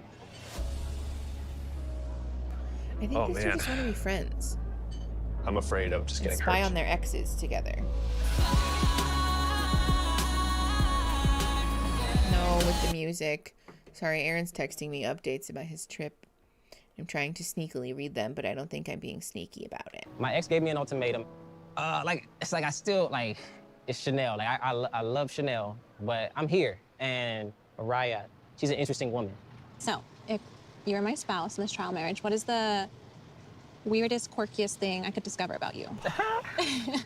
Let's say we watch a movie or something. I just know that the producers fed them the words weird and quirky because the amount of times that this has come up has like 200% increase from last season and last episode. Netflix really likes to push that they're conducting experiments. I call BS. All they're doing is putting stunted people in unhealthy situations. Yeah, absolutely. That's like the formula. Oh, hi, Pumpkin. Lou wants you to know that we love you and miss you. I love you and miss you. I wish you would come home soon. Just kidding. Don't. I hope your trip's going good. Yeah, they were still being weird. Yeah, I think the thing is that the shortened version of the word Jewish can feel derogatory very quickly. And it's just, as a person who is, in fact, not Jewish, it's not really for me to say whether it's offensive or not, but I think knowing that a lot of people feel very uncomfortable with that word being used toward them, it's something that I just try to avoid, especially in the context that she used it in, where it sounded very racial and inappropriate. So I don't take back what I said. Yeah, it kind of is. I think they're making them call them their exes. No, they definitely are, but it does in fact still suck that they're using this terminology that is just, I think, a grievous over exaggeration of what they actually are. Do we think it's important or required to be able to enjoy your own company, to be comfy or to be comfy alone again before entering a serious relationship? I have talked about this a lot on the channel in sort of varying ways, because in some ways, sure, right? I think it's very important that we're someone who can just exist by ourselves and feel empowered in being alone, right? Someone who can feel comfortable in our own company, someone who just likes ourselves and doesn't feel a pathological need to be partnered in order to be worthy, right? And the truth is that none of us are ever going to self-actualize and reach a level of humanhood where we're done growing. That's just not how it works. And so the expectation that you need to be like better or like good before you enter into a relationship is like a losing expectation from the outset, because you'll never do that, you know? So like, do I want to encourage people to do some self-growth in between relationships? Yeah, absolutely. Do I want to encourage people to do some reflection about, why that past relationship didn't work out well, or what we learned from that relationship, or things we want to do different, or things we want differently in a partner? Yes, absolutely. And life sometimes just happens in a way where maybe you meet your new partner really soon after you got out of a relationship, and so that's fine, right? I don't think it's helpful to sort of surveil yourself in that way. If it happens that way, then it does. We can still make a conscious effort to make strides in our own growth and healing and self-reflection, right? Be in therapy if that's an accessible resource to you. And be partnered with somebody that we're like, I really feel it. I just really know, or, feel strongly about this person, or what have you. So it's not a thing that has a hard and fast rule, I don't think. It's also important to be very clear that healing happens in community, right? We sometimes learn how to love ourselves by witnessing other people really, truly, healthily love us. And I think that's very okay too. Hi, Gabby. Also fun news. I got protein powder that genuinely tastes like Cinnamon Toast Crunch liquid soap. That is really good news. Can I ask what kind it is? Are we taking a break today, or should I just get some food now? Yeah, I would, because we're probably going to take a break like halfway through the episode, which isn't for like at least another, it's like 20 minutes of runtime on the show, but God only knows how long that'll take. Okay. 9 minutes and 28 seconds. Pressing play. In 3, 2, 1. Right? I'm like, oh shoot, like this character, whoever that actor was portraying that person was like really dope, or that character stands out to me. Mm-hmm. I might randomly just like do that person's voice. I feel like that's kind of weird, though, because it could just be like, yeah, what are you doing? Like, you don't talk like that, you don't act like that. That's so funny. How about you? Just a stim. Sometimes I'll jokingly like break out into dance, which is awful because I can't dance to save my life. Like, I watched every Step Up movie. I love the idea of being so free to dance, but I can't say I've ever gotten into that headspace. I think I'm really serious and like calm and like quiet. You just got to go for it. But this also ties into like me as a child. I don't think I was really able to be super free and creative, or like without feeling like eyes or like judgment. Was that from like your family or society? Like, what was that? Well, my parents split when I was 1, and they were never married. And then ever since from the age of 1 to 8, it was primarily with my mom. And I moved in with my dad at the age of 8. But during my time with my mom, we just really, really, really struggled. She was a single parent. She was like on a fight for survival all the time and was super paranoid about me. So whenever she wasn't working, we were just always together, and I didn't have that freedom to explore. At times, my cousins would be able to play outside, but then I'd have to stay with her. So Yeah. it was like this level of control that didn't allow me to be as free or to be a kid. I got you. Okay. Yeah. Very close with my family. You had one sibling, yeah? Yeah, one sister. Mm-hmm. And so then I had my mom and dad, and so I'm extremely grateful for them. But I'm also grateful for like the way they raised me. As a young kid, I could ride my bike. It's not like I wasn't the type of kid that had to stay in the neighborhood. Like I could go venture Wherever you off. I want. just had to be back Oh, yeah. by a certain time. That's amazing that they gave you so much freedom to explore. That was you know? not my Yeah. childhood. Maybe we'll be able to bike ride at some point. That would be dope. It might be hot, That but would be if we Oh, are in a of trial marriage, and I think we have a lot to learn from each other, especially since his upbringing was so different than mine, that it's going to bring a whole new perspective for me. Tell me what you want. Tell me what you No, we don't need that music. Don't tell me what you want or what you need. It's so funny seeing B-roll shots of Phoenix. What are like your biggest insecurities? Not all Damn. physical. Yeah, no, I wasn't gonna mention my Okay. ears. I'm just kidding. Wait, why is that mine too? A little Is it bit? really? They're small, but they point out that Oh, way, and okay. that's why I cover them. It's a safe space, so you're allowed to open up. No, my main insecurity is one, not being able to provide everything I want from a partner, because there are a lot of things, and that is like a financial thing. Like I heard someone say, like all you need to raise a family is just love, and it's like no. I don't believe in that. I No, think I'm that's sorry. bull Like, crap. Bull crap. what Okay. about you? What are some things that really like you think might hold We you back talked from about getting this married? last episode. I never want to feel like I can't like do things I want to do because I'm dependent on a man's paycheck Totally. to do it. That is something that scares me, I think. Like, Good for I think him. that's like the issue with my ex. He can be consistent in so many things, but like even like the smallest things, I always have like a plan B. Like, is this bleeding over from a previous relationship, or is this I triggered think it's from? just life. Like, I Okay. think that like so it's not even stems triggered from him and something. Why he's don't you done shut wrong. up? my emotions are too overwhelming for him. I feel like that's why I'm so hesitant to like make decisions on stuff, like getting married or having kids, things like that, because I want to be stable in all aspects of my life. And that's why I'm not happy about an ultimatum. Me either. And I commend you for that, because you are the one person who I've heard who has issued the ultimatum, and you're like, nah, it's because of you, and this is why. This is Yeah. what you are doing that does not allow me to move to the next step with us. Yeah. And I'm okay with honestly like being like the villain in that Okay. sense, because Because like if that makes you the villain, like really, whatever. Yeah. If you don't feel like your standards are being met in certain ways, I don't think that you should always have to like bend backwards to make someone else feel comfortable. Like when somebody's not doing that for me. So honestly, like what I really want to get out of this whole experience is just like knowing my true self and coming out of this just like a happier person. But props to you for keep on going, and I'm keep on going. We're still Yeah, doing this, I'm and I not think you gonna make shy it away from it. easier. You make it easier. Shinies. Yeah, I really dislike when men do this, when they just like over every little thing that you say. Like, why don't you just let her talk? She'll tell you. She'll tell you. Besides that, this conversation is a little odd. Mostly in the sense that, to me, what she's saying is that she feels uncomfortable in their relationship because her ex is kind of inconsistent, and so she's trying to force his hand by giving him an ultimatum. At least that's what it sounds like, unless I'm wrong. I never remember who issues the ultimatum and who didn't, but it seems like what she's saying is, I issued an ultimatum because my ex is inconsistent and I don't like that. Which is not cool. I want to be clear. If you feel like your partner's not meeting your needs and the relationship is not working for you, it's not functional, it's making you feel bad in some form or fashion, you are absolutely within your rights to say, this is not working for me, this relationship's not functional, this relationship makes me feel bad, right? But then at that point, it's either the conversation of, we need to work on our relationship, or I'm leaving.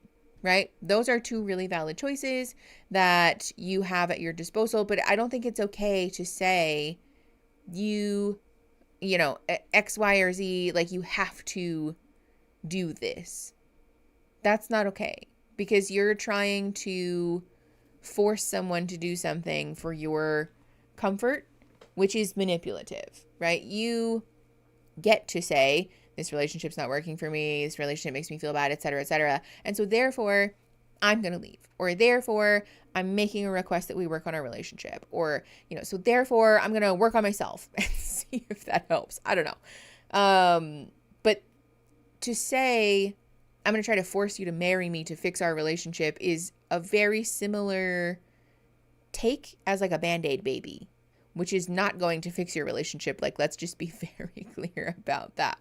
This man, the one who wouldn't shut up, just said to her, you're the first one who I have heard that issued the ultimatum, said X, Y, or Z. So I'm pretty sure she issued the ultimatum. But it's fine. Maybe I'm wrong. I don't know. I think the subtitles are being fucky. Oh, maybe. That's fair. I never remember who issued who the ultimatums, and it's very confusing to me.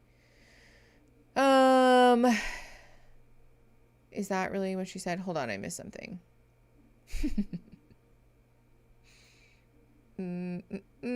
Oh, yeah. No, that is, in fact, true.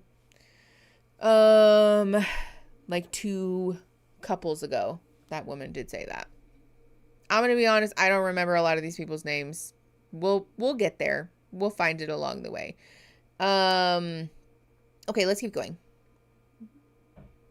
1408. Pressing play in 3, 2, 1. For sure. Yeah? Yeah. Okay, I appreciate that. Likewise, you're an inspiration. And that's kind of what also leads to my dilemma with my ex and I getting married. Because I got to figure out why I'm in this constant state of trying to build someone else without having myself built up. Or even now, like, the main thing is like feeling like I may be replaceable. And that's because she wasn't single for a while between relationships. So I get concerned that there might be a better match out there for her because she hasn't taken the time to actually date and get to know. But at the end of the day, you know, if that's the case, then I probably should know sooner than later. We're going to figure this out. What does that mean? Again, I want to be clear. If you have a cyclical pattern of never being single in between relationships, we might have to address that, right? But having done that one time does not a pattern make, so. How's everyone feeling? Oop. Up and down. It is like, it's like this. a roller coaster. Yeah, I feel like it's gonna be like a little bit of a different vibe than it was the first cocktail party. Right. So fellas, Scotty was like, you about to preach. Bro, that's what happens when you come out strong with the suit game. Should we play a game? If you can come up with a good one. All I have is never have I ever. Oh. No, don't do that. Babe. Never have I ever been to an orgy. Yes, you have. Okay, that's not true. That's right. Dang! Well, it wasn't really an orgy. Oh, I hate when people do this. I know for a fact that that man did that purely so that he could go, oh, just kidding, you're right, I have. Oops. This is a very thinly veiled flex, and it's so embarrassing when people do this, because also that's not a flex. The only people who think that the number of sexual partners that you've had, for men only, is a flex are other men, right? Women are not like, oh, that man's probably so good in bed. That's not the thought process for, again, to use binary terms to be fair, but this is a very like cis het man thing that is just, yeah, he just wanted to brag about that. Okay, 15:45, pressing play. 3, 2, 1. Party. It's different. It's different. Been or participated? What? Not that you but you didn't I'm participate. not a good person to start. Never have I ever. It's a very small like gap. Never have you ever had a threesome with 2 guys? 100% no. It's called an Eiffel Tower. Yeah. Okay. never have I ever faked an orgasm. How old are we? That's the most childish thing that I've ever heard. Because also, that's not true. This is so embarrassing. Let's just be very clear. As a person who educates about sex and relationships a lot, I want to be very, very clear that group sex, threesomes, sex outside of a sort of like, you know, cishet dyadic context, can and does look all types of ways, right? This is a very like childish and infantile attitude about something that is, first of all, much more complex than we're making it, and second of all, very obviously a like, oh, I'm not gay. I would never have sex with another dude. Like, okay. No one asked that. Relax. Okay? Like, you are protesting too much, and it's also feeling homophobic, quite honestly. The attitude of like, well, that's disgusting, that's homophobic. It's one thing, if it's not for you, that's not for you, and that's totally fine. It's totally okay to just say like, no, I haven't done that, it's not for me. But to, no, and then to reference one of the most degrading and dehumanizing, like, memes about group sex is very revealing, I think. Just neither here nor there, but also gross. Yeah. Yes, it is very male centric. Ugh. Okay. 16, 18. Pressing play in 3, 2, 1. 100%. Yeah. With me? No, never. So Absolutely offended. not. How does a guy take an orgasm? Right. And the time has run out. Time has run out. When the time is run out. Let's go to bed. Let's just have nobody fake orgasms ever. How about You're my that? favorite white boy, right? You're my favorite white boy. I'm gonna come sit by you. I love your purse. It's my emotional support bag. Yeah. Like a little chia pet.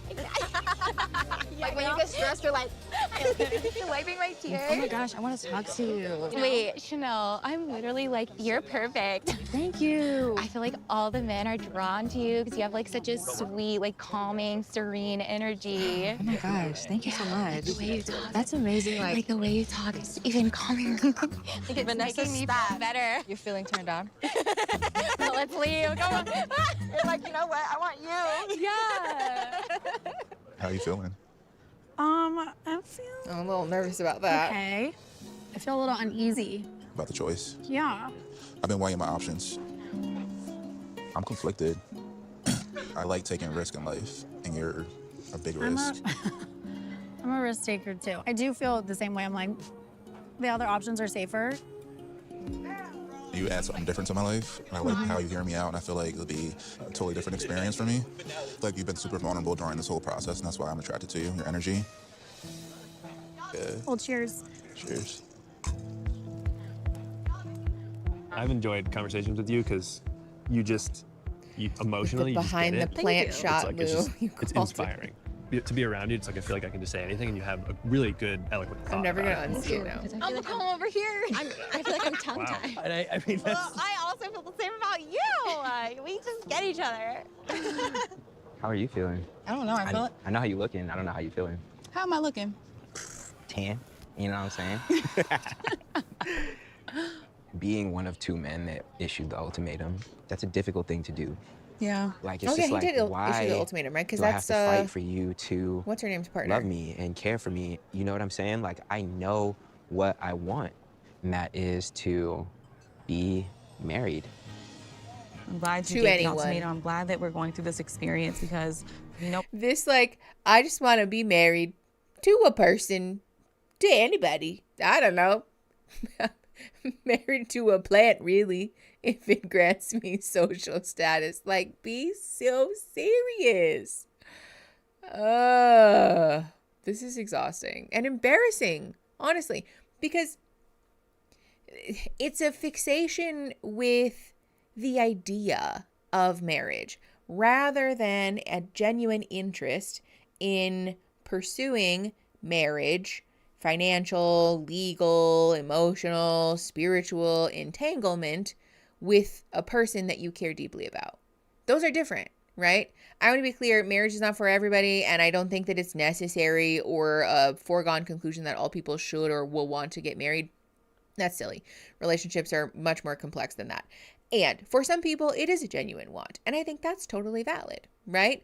But to say, I just want to be married just for the fuck of it, is such an insult, both to the person that he has issued an ultimatum to and to the woman that he's speaking to now.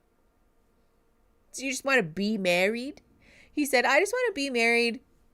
So just whichever one of you lets me bully you into marriage first. A+. Like, that's so annoying and rude. Yeah, that's true. There is an aspect of competition to it as well, Shanice. Sort of like I want to win. I want to be married so that I win at marriage. So that I win at getting the person, and like, yuck. Again, childish. Yeah, with the plans things. Is this the first time that you're sharing this? Oh, sorry, I missed something. He's a great example of men will marry whoever is around them when they decide to settle down. Literally, this is cab light theory in action. This is that. His cab light came on and he said, "You better marry me." And she said, "No, because you're inconsistent." And he said, "Fine, I'll ask someone else." And these other women are like, "Me? You're asking me?" Yeah, because he would ask any Tom, Dick, or Harry who'll stand still long enough. Well, any Tom, Dick, or Harry who's a woman and will stand still long enough. You know what I mean? No, they would never be gay on this show. Blech. The men on the show are also so toxic and like obsessed with their straightness. Okay, so I amend my comments from earlier. I was wrong. You guys were right. I have the same question. What's the question? Hold on. I will always wonder what people think marriage is when they say they just want to be married. Like, do they think it's a magic spell? Yes, exactly. It does come across as this expectation that marriage is like a sort of magic thing, and like it's not. It's in fact just a very mundane and normal part of life, you know? Bad marriages frequently end in divorce. That too. They're all his type. They have a heart and it's beating. Yeah. That's kind of coming across that way. Okay, 19 minutes and 8 seconds. Pressing play in 3, 2, 1. What you're bringing to the table, you know what you have to offer, and I'm glad you're here. I just want you to know that. I can just see you for who you are. Not saying you're perfect, not saying I'm perfect, but like you deserve someone who's willing to meet you halfway. It means a lot. The way What is that that he smell? I know, it smells Smells good, really actually. elevator eyes. No, it's not you. It's definitely me. No, it's not. No? The way that he elevator eyes people some, like, makes me You haven't uncomfortable. even like tried to talk to me at all. I haven't what? Tried to talk to me. Come shout. I don't like that man's scarf. I was like, why hasn't Nick talked to me? It's because it's like in front of everyone. I just, First? it's like, I have strong feelings for you. It's so obvious. And they've developed quickly, but I think they're real. I mean, I know they're real. That's where I am right now. That's where I've been all night. Yeah. Really? All right. Oh my I God. know. I really just glad that I met you. You want to know something? Uh-oh. I completely share that sentiment, and I'm happy. I am happy about that. Oh, yeah? Yeah. I don't even want to be here. I just want to go hang out with you. You're so sweet. But There's no but. Hi, Dave. How's your night been? Oh, my night has been through. This is like so obviously NRE, first of all, but also like very transparently the like we're drunk and everything's funny. Everything is profound. This is like the sort of trope of like a person who trips acid for the first time and is like, man, we're all just connected to each other, man. Like, isn't that amazing? Like, no, it's not, because children have that realization, and nothing is as profound or as funny as you think it is when you're intoxicated. And not that that's bad, right? It's fine. Like, be silly, laugh and be silly and have your deep realizations while you're drunk or high or whatever. That's your business. But don't make legally binding decisions based on those feelings. Because when you come to, then we're going to have a realization of like, oops, that wasn't as profound as I thought it was. And now I'm stuck. Don't do that. It's never a good practice to make legally binding decisions while under the influence. Okay, 2054, pressing play in 3, 2, 1. Terrific. Are you okay? I think I was looking forward to seeing Vanessa. It's tough to see her. Gives me like these weird, like crawly sensations on my body. I wonder what called she's anxiety. realizing. And maybe, Have you asked her? No, I haven't asked her that.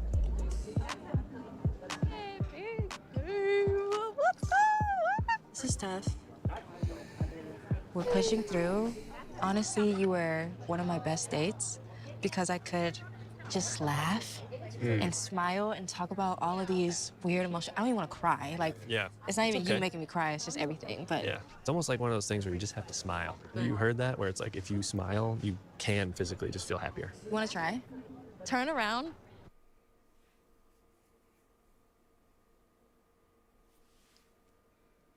This is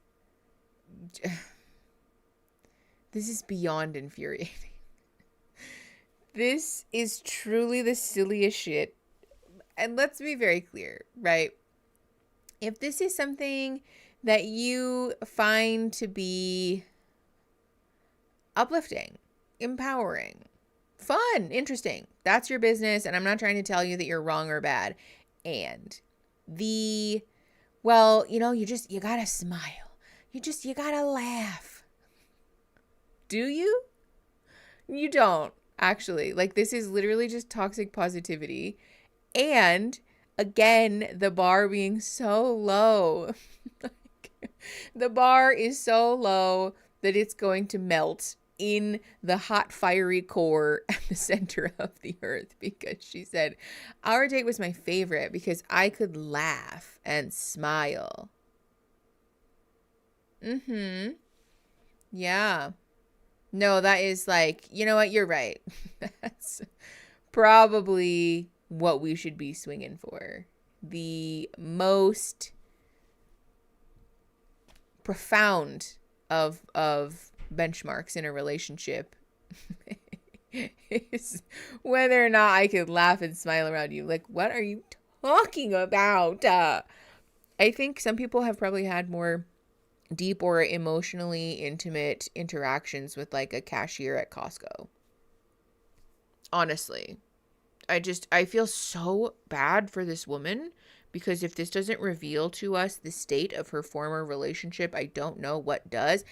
And this, like, let's smile and change our brains and whatever. Like, sure, does this work in theory? Yes, but not for things like feeling deeply sad and traumatized by participating in what is ultimately a hellhole of a pressure cooker of an environment that kinetic content sets up so that you feel like fucking shit about yourself, you feel like shit about your relationship, and you feel stressed and anxious and scared and all the scarcity mindset bullshit all piled up for weeks and weeks.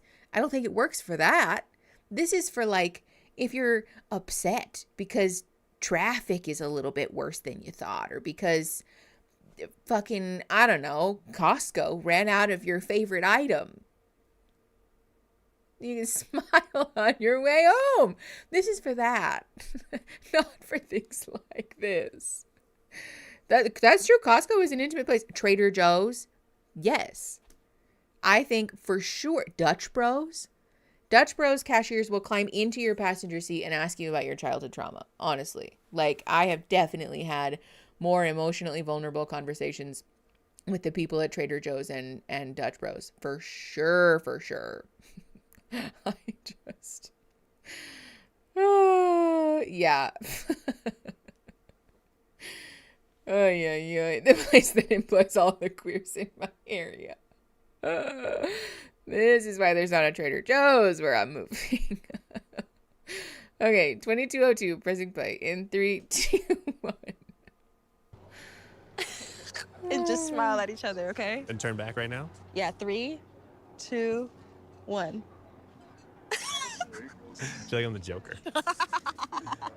I'm stuck like this now. You ever been on a white girl before?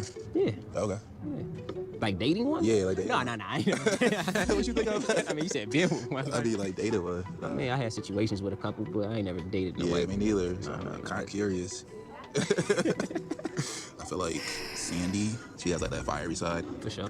Like damn, it's my opportunity to be with a white girl. She means Put her on some shit like seasoning and shit. Yeah. You know what I'm saying? I just want to be very clear.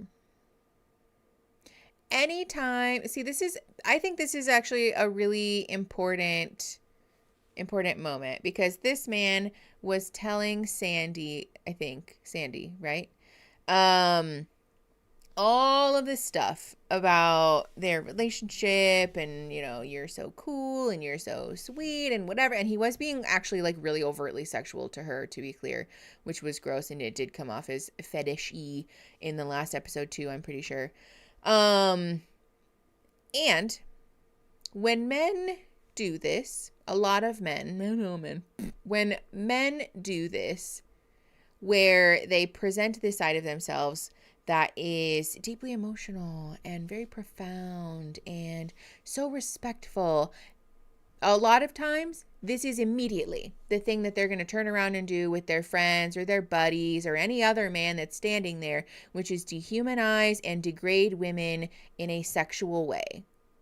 This is a very important thing for us to be aware of, right? Especially in a world where like 70,000 men were exposed for being in a group chat where they were discussing inappropriate things about their interactions with women. For the sake of not triggering y'all and not getting the video flagged, we won't talk about the details of that. But I just want to encourage us to be present with that reality that a lot of men are this way. And the way that we fix that is not by chasing their approval, but by decentering them, right? And this is not to say that there are like no men who are kind and compassionate, right? Like I'm literally married to one, so like I'm really one to talk. And let's be very clear that especially in this situation where they've known each other for like 15 minutes, there's no world where we need to be doing the thing where we set this man apart as one of the good ones. Like, you don't know him. And at the very first opportunity, what did he do? Turn around and degrade you. Talk about you like a sexual conquest. Dehumanize you to nothing more than your skin color and an experience to have that he can talk about and brag about with his friends. That's fucking disgusting. Fuck that fucking attitude and fuck that fucking dude. And her calves. Yes, her skin color and her calves. Ugh. What happened? What did they say? My dog was yapping. Here, I'll rewind so we can witness it ourselves. It's truly something to behold. All right, 2204-ish. Girl before? Yeah. Okay. Yeah. Like dating one? Yeah, like dating. No. I ain't never. What you think of? I mean, you said been with one. I mean, like dated one. I mean, I had situations with a couple, but I ain't never dated no Yeah, way. me neither. So I'm kind of curious. I feel like Sandy, she has like that fiery side. For sure. Like damn, it's my opportunity to be with a white girl. She means to Put her on some shit like seasoning and shit. Yeah. You know what I'm saying? Aria's cool as hell too. So that's what I'm. No strings attached. This is my chance to be with a white girl. No strings attached.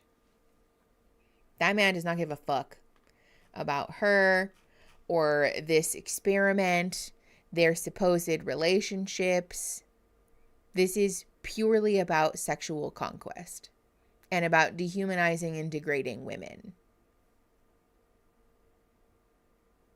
This is...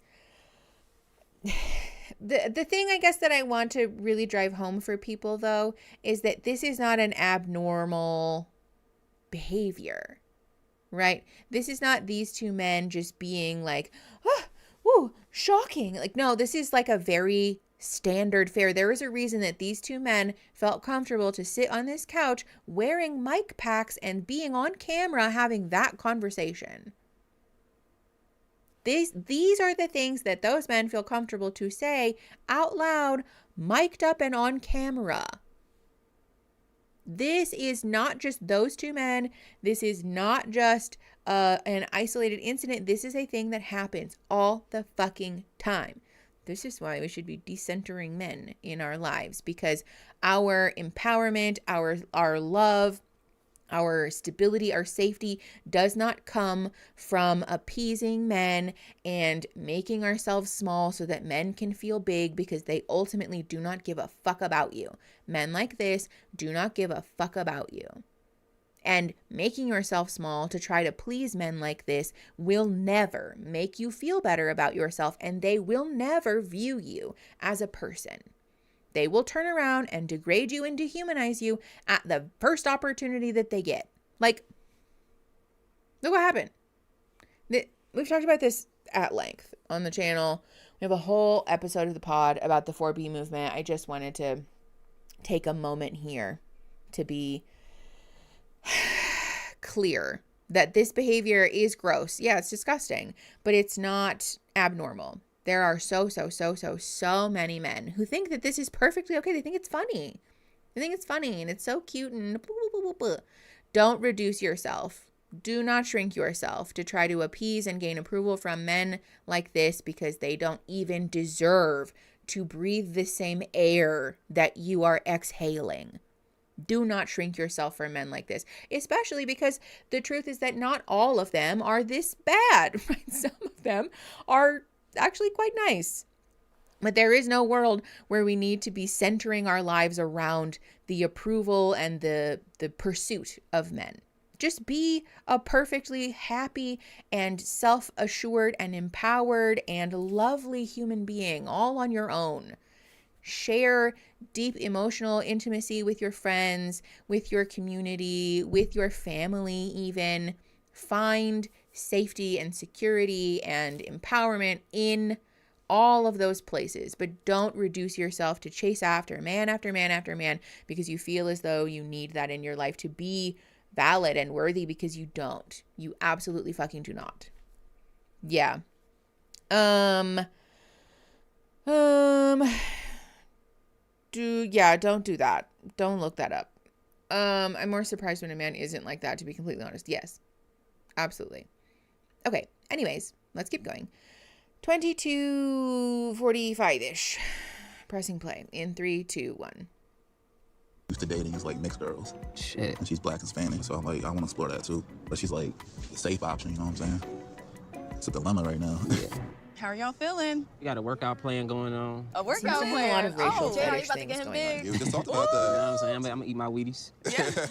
Not the Wheaties. You're quiet. Yeah. You want to talk? Yeah, we can talk. Oh boy. We're doing okay. I am. Yeah, I am. I'm hoping you're doing okay. Like, that'll make me feel better. I had a really tough week. You want to tell me about it? Yeah. No. Don't cry. It's okay. Just tell me. Trying. Choked up. This week is so really intense.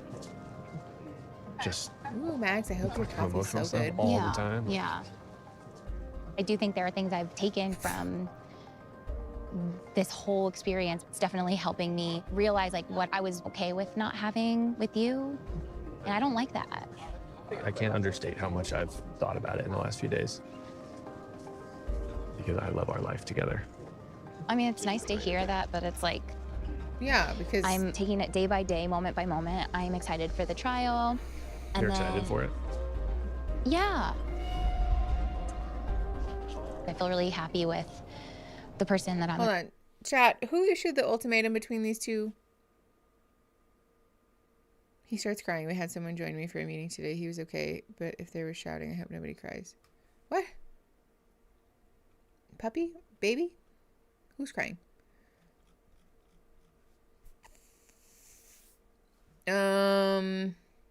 She did.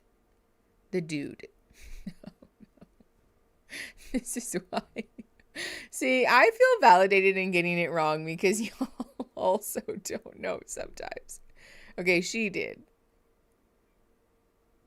So we have 2 votes for her and 1 person who said the husband did. The boyfriend did.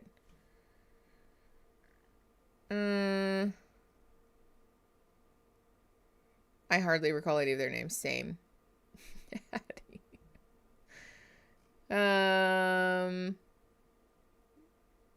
Ramen. Ooh, that sounds so good. Actually, I have leftover ramen in the fridge. I ate most of it the other day. Erin, if you're listening, I ate most of my leftover ramen.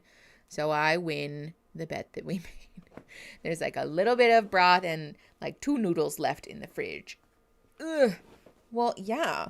Racial fetishization is dehumanizing. I think generally speaking, it's actually really alarming. Hard to say, oh, because we can't see their faces. You're right. I'm so sorry. This woman and her man, ex-man, whatever, this man, who issued the ultimatum between these two people. Do we remember? He issued the ultimatum. He was the one who mentioned by name who he wanted to hook up with. It's not ringing any bells. She did. Oh, no. Hold on. I wonder if they'll, like, give us a... Hold on. Trying. Choked up. This, like, week is so... Okay, his name is Dave and she's Vanessa. So... David wanted to get with Mariah. Oh. Okay. So David issued the ultimatum. And now he's like, leopards ate my face. Ing. Vanessa did. Oh, God. Okay, she did. Vanessa issued it according to Google. Bless. Thank you, movie. Okay. Okay. Got it. 23:50. Pressing play in 3, 2, 1. Really intense. Just fucking emotional stuff all the time. Yeah. I do think there are things I've taken from this whole experience. It's definitely helping me realize like what I was okay with not having with you. And I don't like that. I can't understate how much I've thought about it in the last few days. Because I love our life together. I mean, it's nice to hear that, but it's like, I'm taking it day by day, moment by moment. I'm excited for the trial. You're excited for it? Yeah. I feel really happy with the person that I'm gonna choose. Oh, really? Okay. Well, I think I'm being shown a lot of qualities that I really like. Oh, by this other person. Yeah. That I don't have. That's not what I'm saying. Just kind of nervous just hearing some of the things. This man is such a baby. I'm truly seeing this as like you and I are broken up and you need to lead with trust in this process. You need to not worry about me. I do think this is a nice... Years, too much. Okay. I do think this is a nice opportunity to educate about how manipulation and attempts to control people don't always look like a violent or aggressive thing, right? This man is doing this sort of like boop, boop, boop, boop thing because he doesn't like that she is interested in another person, which is the whole ding dang point of this experiment, by the way. And now that it's like not working out for him and he's feeling like, oh no, she's more into it than I thought she was going to be and all this stuff, he's sort of like, I'm a victim, I'm so sad, in the hope of making her feel so guilty that she will abandon herself, which seems like a lot of what's happened in their relationship prior to this point, for what it's worth. The, she can't participate in like bodybuilding competitions and, her being sort of seemingly judged, steered away from her hobbies and interests. Seems like this is kind of that. Like he will, so that she will feel bad and abandon herself for his comfort. So that the whole relationship is sort of structured around what he wants. Manipulation doesn't always look like somebody trying to sneakily trick you out of what you want, or, somebody being like a you know, an old-timey villain. Sometimes it's people doing this, right? And people who are always the victim, who are always deeply wounded by everything that you do. It's very important that we be aware of the problems with that behavior and that we feel comfortable and okay to say, no, right? I'm not doing that. Like, that's not okay. I am not a bad person for saying that I'm excited to pursue the thing that we mutually agreed, ostensibly, that we were going to pursue, right? That's not okay. He's just trying to suck her back into this life that it seems like she's very unfulfilled by and is now realizing just how much she was unfulfilled by so that he can benefit. And it seems like probably mostly just benefit from her emotional labor and, you know, effort and time. Okay, Moothie. You guys know what I meant. He's trying to, like, suck her dry. As in, like, a vampiric kind of way. Okay, let's keep going. You little jerks. 25:33. We're pressing play in 3, 2, 1.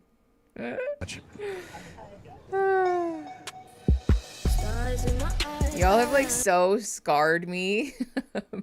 My choice of words is always like, I'm freaked out all the time. You about to deliver. No. How are you feeling? Yeah, I mean, it would be easier if we both came here single. What makes this so infinitely complex is, like, we both issued the ultimatum.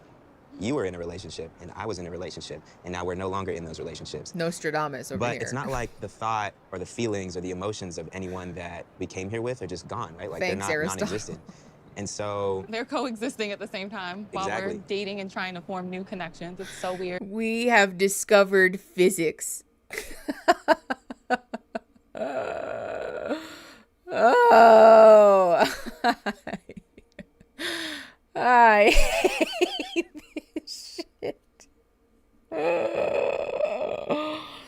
Oh my God.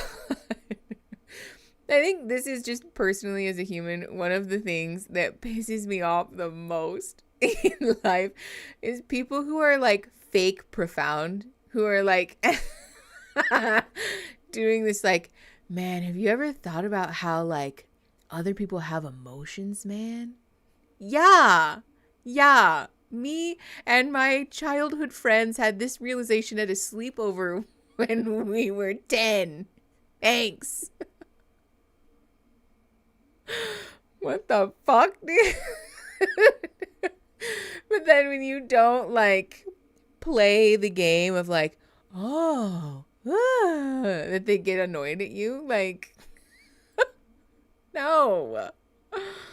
Oh God. I was very young when I was born. Yeah, it's very like, I'm 17 and this is deep. Except that they're like 20 something, 30 something. Okay. 26, 21, pressing play. 3, 2, 1. Yeah, liquid soap. Exactly. It's weird. Like, it's a weird, like, conflicting process of thoughts to just go through. I would say copy and paste. And I feel like Copy and paste. literally it happens so organically with us.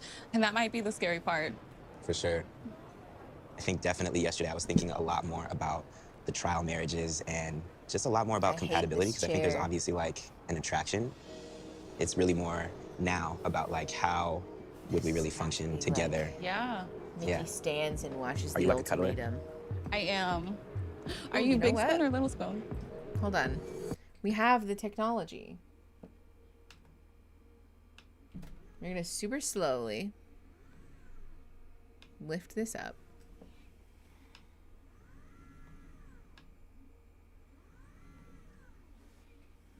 Okay. Okay.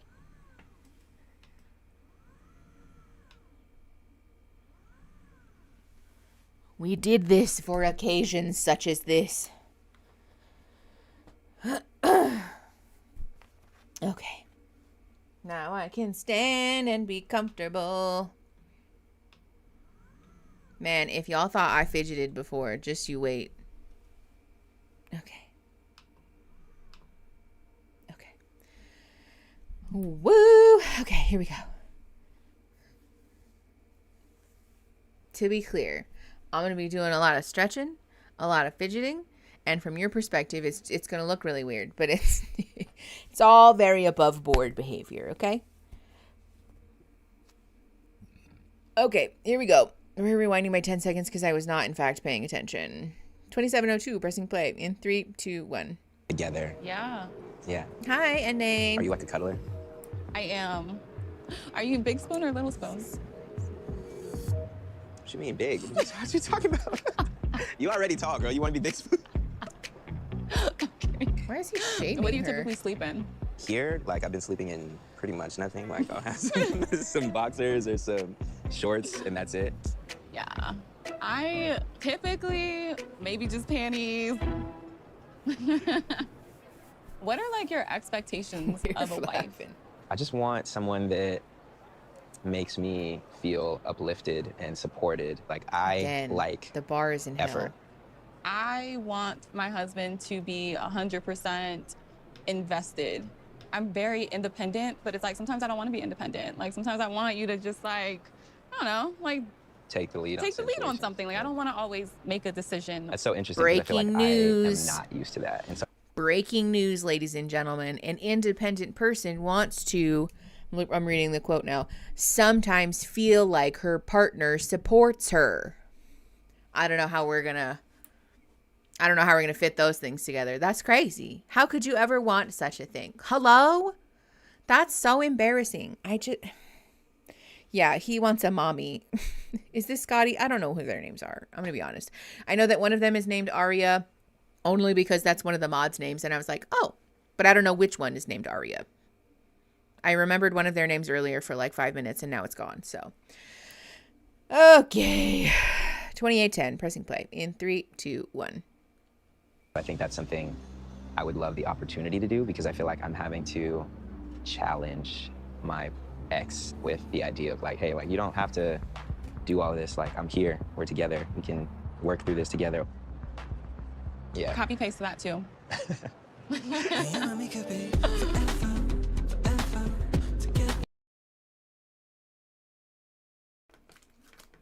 I muted myself real quick because I was making crumbly plastic noises. But How are you? Good way to start my day. Yeah. that was an Scotty odd gave me profile an from that shirt. ultimatum, and I'm realizing in this process that there are things that I really truly need in a partner. The qualities that JR has that I'm looking for in a husband is that he makes me feel protected, secure, and he seems like he's very loyal. And I think that to me like really matters. Do you feel like you know when how old you want to be? Hold on, pause. She said, to me, that really matters. She said, a partner that doesn't cheat on me. I know that it's unpopular, but it matters to me. What are these women, what are the standards that we're walking into this experiment with? I just don't understand. Not that his thoughts are groundbreaking enough to want to expand on, but girl, you're getting a solid C for conversational reciprocation. Yeah, that's true. She said copy paste.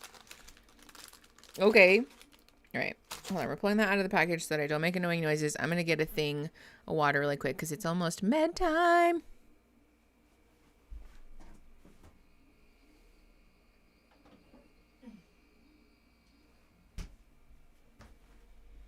Wow. I don't know why we haven't been having stream time with me standing up because I feel fucking great right now. Okay, let's keep going. 29:17, pressing play in 3, 2, 1. Go. Nothing at all. I don't think I have a timeline. Like Zaina talks about freezing her eggs. And so I know women have a biological timeline, but I never want that timeline to influence when I'm having kids. Sorry. Like all her friends are married, and I think she sees that. And that's why she put the pressure on. Do you feel like you're completely healed from the relationship where there was infidelity? For me, like I completely shut that part of my life. Like it's gone. Like I'm over it. So I don't dwell on that. But it is still like in the back of my mind. Like people are capable of cheating.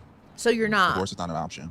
So that's why it's so important for me to choose the right person, because I'm not going through that again. Exactly. And I feel like for me, I think I've watched so many bad relationships with my parents. So with do it right the first time. Yeah. And so I feel like I am adamant about not wanting to change my ex, but I want him to like really see like why I feel this way. Yeah. And if he cannot see it, then he's not the one for me. My other dates, they're good, but I do feel very vulnerable with you and able to like open up. I think the important thing is that you understand me. Yeah. So we have similar backgrounds. Yeah. When I tell you things, like you can empathize with it. So I think that's important. And you know, empathy. It's nice to have. Yeah. Really top tier expectation. I am able to see characteristics that I like really truly want in a marriage. I can tell with you that you're very secure in yourself, and I think that that to me really, really matters. And you can actually have an emotionally intelligent conversation. Did you think that when you first met me or when you first saw me? No, I did not. I thought you were just like a pretty face with muscles. Like I literally was like, this man is not gonna have anything deep to him. And then I feel like the more you talk, I was like, oh wow, I'm kind of surprised. I dated attractive men, and a lot of the times they're not like emotionally available. Yeah. But I know that I need that to feel like connected to somebody. Yeah, that's deep. Yeah. If I'm being honest, a part of me does feel like a little guilty that I am like developing like a connection with you because that's natural. Yeah. I'm actually catching feelings, and I don't know how to feel about it, right? Mhm. Because we just broke up like a week ago with our exes. And I still have love for my ex, so it's Yeah. like, should I feel this way or should I feel guilty? But like, I'm just embracing the experience. You and I, we just. It's vibe, yeah, it's there. It's like, it's real. Like when you're in it, you're in it. Yeah. Thank you. You look good too. Yeah. Throughout the dating week, I realized Aria is trial marriage material. She has qualities that would make her a great wife.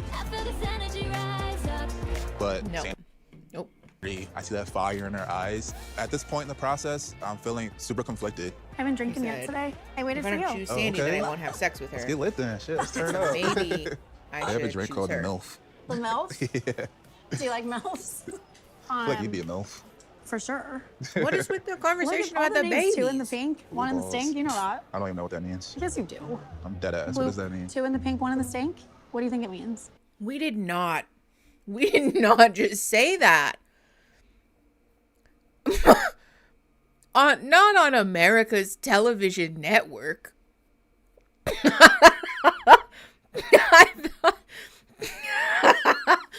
I listen. Again, why are we talking about MILFs? Yes, Hellfire Fox, but also I know that we did not just use that phrase. Yes, Gems in 2025. And also, listen, I went to ASU, and if you don't know, lots of colleges have their little hand things that they do in the stadium for football games. Y'all are not ready. ASU's is this. I've had more than enough of those jokes for a lifetime. I do not want to hear any more of them, least of all from grown adults. What on earth? Yes. It's very middle school. Okay, hold on. I'm going to grab a blanket. I'll be right back. I'm listening, I swear. Let's listen to this shit show. Two in the pink, one in the Two stink. in the pink, one in the stink. It's not registering. Like two in, you just want me to explain it. Yeah, explain it. Like two in the V, one in the B. Oh, okay. Got you. Oh, Have you boy. experienced that before? No. He said, You know, if we were gonna live together, how are you living wise? I'm so independent. I cook my own food. You were living with your ex. Yeah, for like 2 years. Why are they so obsessed with you butts? guys don't cook together? We used to, but like I'm on such a strict diet because I figured out like my science and how I could stay like lean and ripped. And so I gotta maintain my look, you know? I can't like be a personal trainer and look like Peter Griffin. Like I gotta stay in shape. You're probably putting yourself out there, Casual social media fat and phobia. stuff. Like, You'll love to Yeah, see people it. were laughing at me at first when I first started doing fitness stuff. guess what? Only the I people had at the bottom are laughing. Yeah, exactly. Anyone who's made it and knows Facts. they'll never ever make fun of somebody for trying. H, I got goosebumps again, man. Chill, calm down, Sam. If I was a server at this restaurant and I showed up to this table and she has her legs in his lap, I'd be like, I quit. I gotta go. These two are so annoying. I can already feel it. Like, we're not. Both of these people are so cringe. I know, the ASU hand gesture is so bad. Peter Griffin catching strays out here.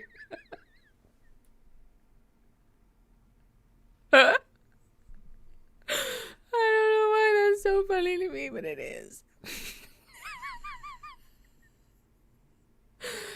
Oh my God.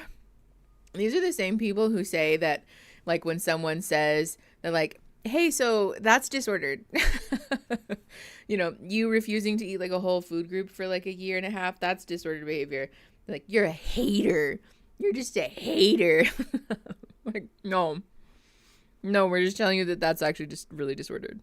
Ooh. You know, I got my eyebrows waxed yesterday. First of all, don't they look so good? Mira? I've been shortening my eyebrows and I am obsessed with them, but they're so irritated. They're super irritated, like right here in the middle. And it was getting really itchy. And I'm like, Mickey, don't touch it. Don't touch it. Because if you touch it, it's going to get red. And it's going to get swollen. And then it will itch more. It's the bro version of the funny baby voice. Okay, actually, yes. I really, like, my conspiracy theory is that if a lot of men stop trying to pretend that their voices are deeper than they are, that their voices would sound a lot more like women's voices. But they're all just pretending. They're all participating in gender affirming care by deepening their voices. Oh, Penguin, you're fine. I think living with someone who is so rigorous around food like that would be exhausting, honestly. Yeah, it would. I can confirm, because I was that person, and it consistently derailed our conversations around grocery shopping and eating and going out and seeing friends and being social and doing anything, because it was just like, Mickey can't do that. Mickey can't go. And I was like, oh, well, I won't go. Or, oh, it's fine. You know? And like, no, it's not fine.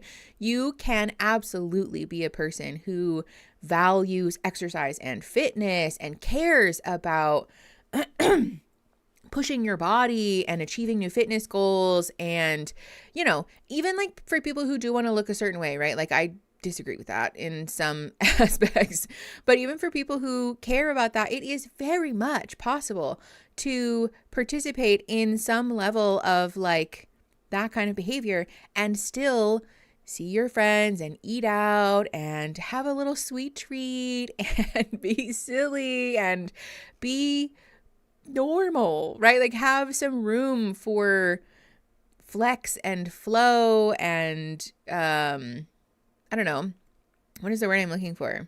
Flexibility, I guess. What do you think that's about? What's about? Because restrictions the only valid, the only valid restrictions, obviously. How orthorexia adjacent behaviors ruin your life. Yes. How orthorexia and anorexia and disordered behaviors, like adjacent behaviors, turn into just disordered behaviors and then ruin your life. It's a slip and slide, y'all. It's a slippery slope. Let's be very serious and very clear that when we participate in disordered adjacent behaviors, that they will often at some point turn into just disordered behaviors. And once you're on that downward slope, it's very difficult to climb your way back up. So be very careful. And especially if you have young children, be very careful about the things that you say to them, that other adults say to and around them, and about the things that they say to themselves. Because once they're on that slip and slide, it's a really, really difficult upward trek to develop a safe and healthy relationship with food and with your body again. So be careful. Okay, 34 minutes, even pressing play. In 3, 2, 1. Andy. But for real, and I'm like, that's so true. Deep.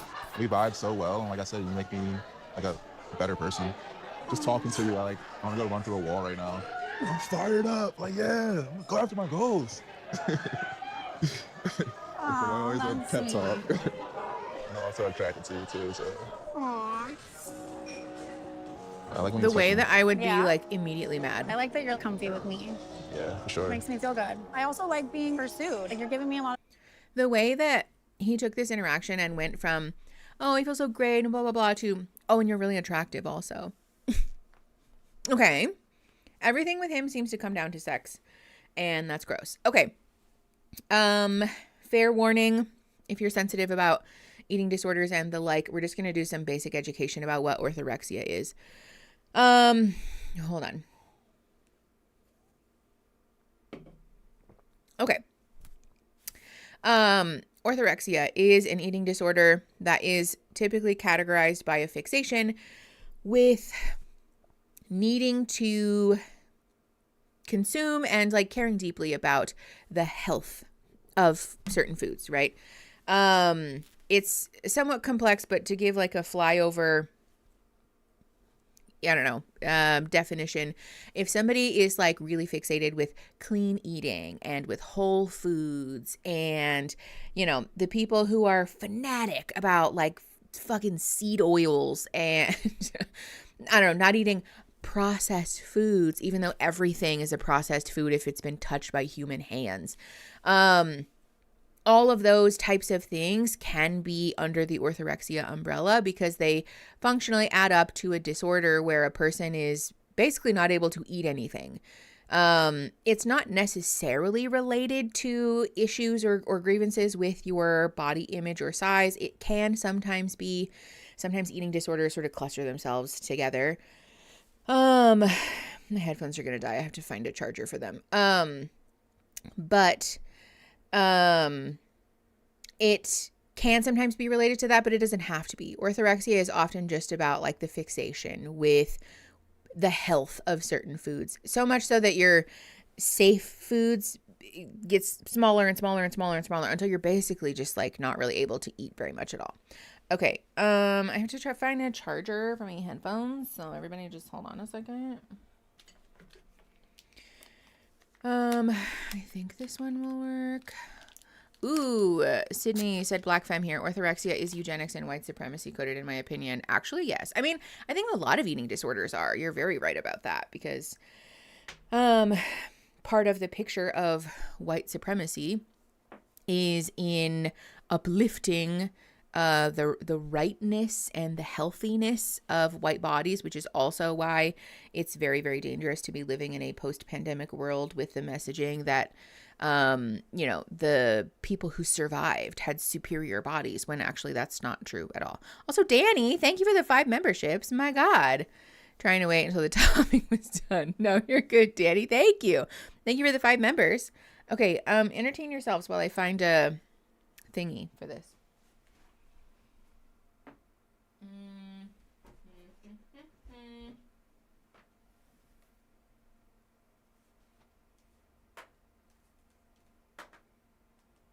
Okay, I need a USB-C. Do I have a USB-C in here? Or are my headphones just gonna die?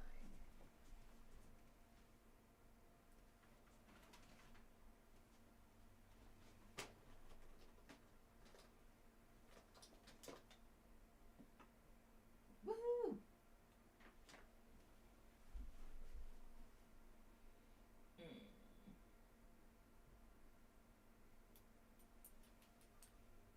Yes, I am aware that you're going to die. Relax.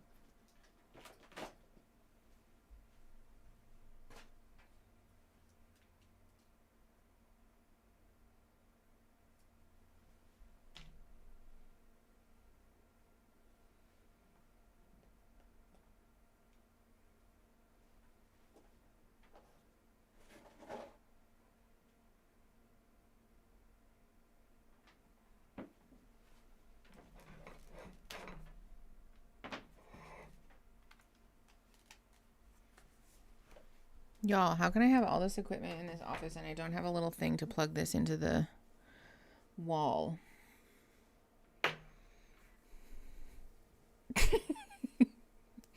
Okay, hold on. The camera might turn off. I have to rearrange some stuff. Be right back.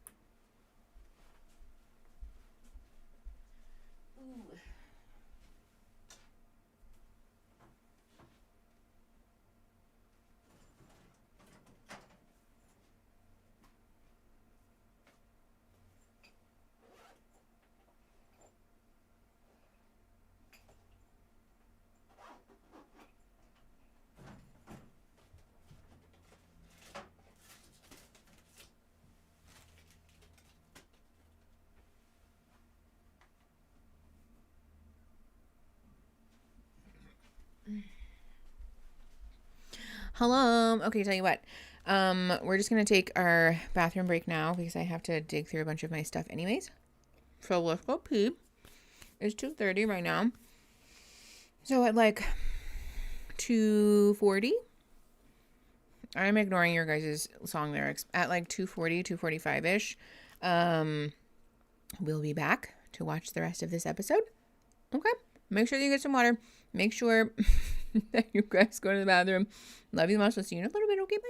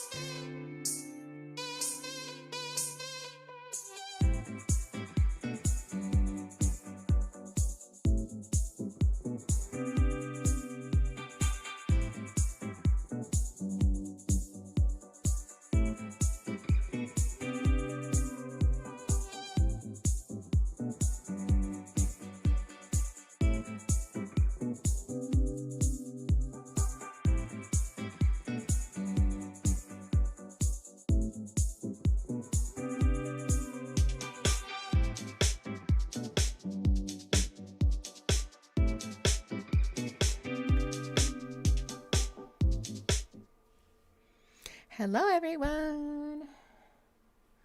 Welcome back. I hope we all got some water, went to the bathroom, took care of our bodies. Eh? Jump scare, I'm sorry. I don't know how to, like, politely be like, welcome back to the stream. This is Mickey's post-break ASMR. Because I hate that. I'm sorry. I know. I can't change the music. I have tried.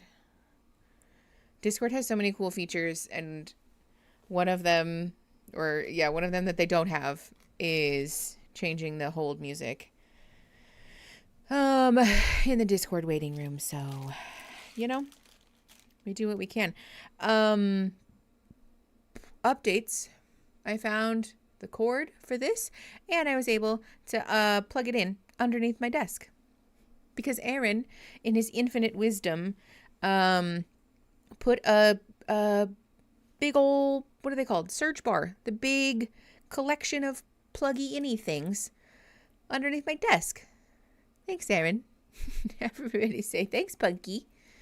Because it saved the day. Power strip. Yes. Thank you. Power strip. Yeah, well done, Aaron. You're never a jump scare. Thank you, Raspberry. Ugh. Okay. I'm tired, y'all. All right, how long have we been streaming? 3 hours. My God. All right, let's finish watching this episode. We're only halfway through. Christ alive. We are at 34 minutes and 34 seconds, watching at 1.25 speed, and we're pressing play in 3, 2, 1. Of affection, physical Ooh, and snack. verbal. So I really appreciate that. Do you feel like? Why can't I hear? Turn on. There we go. Okay. I was gonna be so mad. Your ex will be mad if you find someone that you genuinely connect with. Like, I mean, she gave me the ultimatum, so Yeah. hell yeah, she's gonna be mad, but.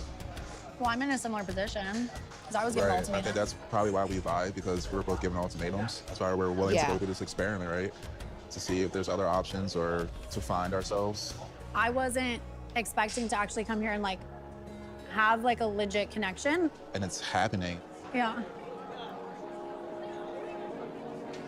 God, the editing on You that. have really nice lips. Thank you. Yes. Yeah. What type of kisser are you? I guess I'm more of like a lip kisser. I like to like sloppy. bite on lip. You like sloppy? Yeah, like give me all that spit. Like, let me put my tongue down your throat. Oh boy. And do it to me too. Stop. I want to taste it all. Are you like this while you're dancing? No, only those I feel a connection with. I don't know. Don't give me those eyes, bro. Like. If you want to kiss me, you can kiss me, but I'm not kissing you. What the? We already talked about this. No, we didn't. What did we talk about? I like to be pursued. It's better than what I imagined. That was clean. That was PG. I dislike him so much. You're trouble. The choice is coming up. I don't know who to choose. I'll be honest. I don't want to hurt one or the other person because I have strong feelings for both women. Yeah. I won't be able to sleep tonight, that's for sure. Yeah, that's clear. Strong feelings. Strong something. I don't know if feelings is the word that I would use. A barf bag. We need a barf bag emoji. Would that trigger people's emetophobia, though, you think? I want a committed partnership. Good to see you. I want to get married. I want to be with a person for the rest of my life. It's definitely something I'm ready for. Yeah, I really crave the progressed. feeling of being chosen very, very deeply. Welcome to the future. No. We don't want that. We don't need that. The reason why I'm here is because JR doesn't want to rush marriage. If you are not ready, I gotta go find someone who is willing to do life with me and commit. This is just the start of a new day. Do life with me. No, with the music, thank you. Love her jumpsuit, though. Okay, you're picking somebody that's not me. I know that I'm not ready to marry Scotty, but I feel like with this experience, I'm putting my entire relationship on the line. Hold on. What Not did that ready say? to. Original partner. Got it. But what a future would look like being in a relationship with a different person who has all the qualities that would make a great wife. Someone who's as ready as I am to be married.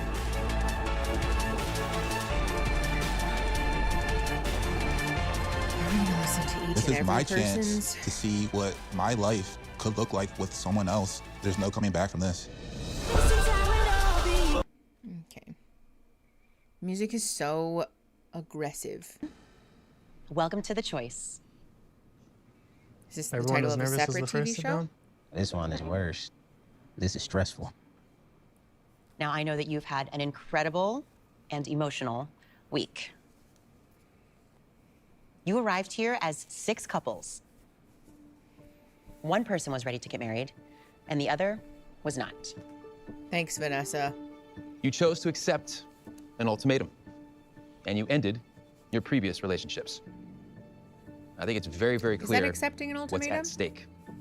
You are all now single, 12 individuals with a common goal in mind. You're all interested in being married. But did you come here with the person that you'll spend the rest of your life with? Or is someone else maybe a better fit? You're about to choose your new partner, someone who embodies the romantic ideals you want in a marriage, someone you want to build a relationship with, someone you could truly imagine as your wife or your husband. Or alternatively, and tonight, the only you person who will choose will you also be chosen in this tiny group so of people. if you choose someone who also chooses you, then you'll move in together and you start your trial marriage. Trial marriage is a ridiculous This is one of the term. biggest decisions you will ever make. Is it? It's Is it time. though? It's time to make the choice. That choice. Well, man, Scotty, how was your week? I feel like I've definitely learned a lot about myself. Dating new people, but also trying to be mindful of your ex's feelings and thoughts and emotions. And, you know, I'm not gonna lie, like, I do feel like I made some mistakes. I think for me, like, I just really want to be with a partner that really, really trusts in the individual that I am. So, Scotty, you had a connection with Zaina. Tell us about your time together this week. Zaina is just so much fun to be around. And we were able to get really, really deep, really, really quick. You know what you want. And I think for me, as somebody that issued the ultimatum, it's really important to understand like the qualities and the characteristics that you are looking for in a person. And I know you're gonna be the best mom. I know you're gonna be the best wife. I've been in a relationship for 3 years, and sometimes I just feel like I'm still fighting for someone to see the person that I am. And that I'm not a bad person, and that I'm gonna love someone with my whole heart. I don't have malicious intent. I'm not trying to be petty. That's not the characteristics that I was raised with. And I feel like every time we spoke, I truly felt seen. Whew, that was a lot to take in, and I really appreciate it. Because y'all talked for like 5 minutes in total this whole time. And because every time that you guys talk, you talk about silly shit. You talk about the most bare bones, basic levels of interest in a relationship. That. Also, they're like, I'm not trying to be petty. Blah, blah, blah, blah, blah. Like, who called you petty? No one here said that right now. So, what allegations are you defending yourself against, sir? It just really comes across as protesting too much. Okay, let's keep going. 42:15, pressing play in 3, 2, 1. Appreciate you for being so open and honest and just seeing me for like who I am. Some people aren't ready to receive the type of love that I want to give, and I appreciate that. What does that mean? She said, my love is better than other love. It's hard when it's like you meet someone within a week and they can just see who you are in your heart. And I feel like sometimes that gets lost in a long-term relationship where people take who you are for granted. It's just really good to hear all those great things that you have to say about me. Scotty, are you ready to make your choice? I am.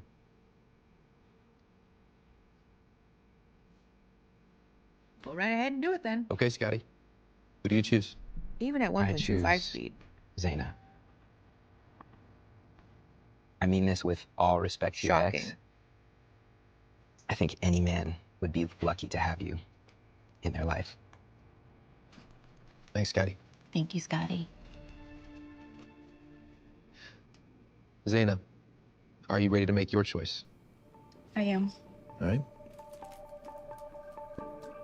Zaina, who do you choose? I choose Scotty to be my trial husband. Scotty, you embody a lot of qualities that I would look for in a future husband.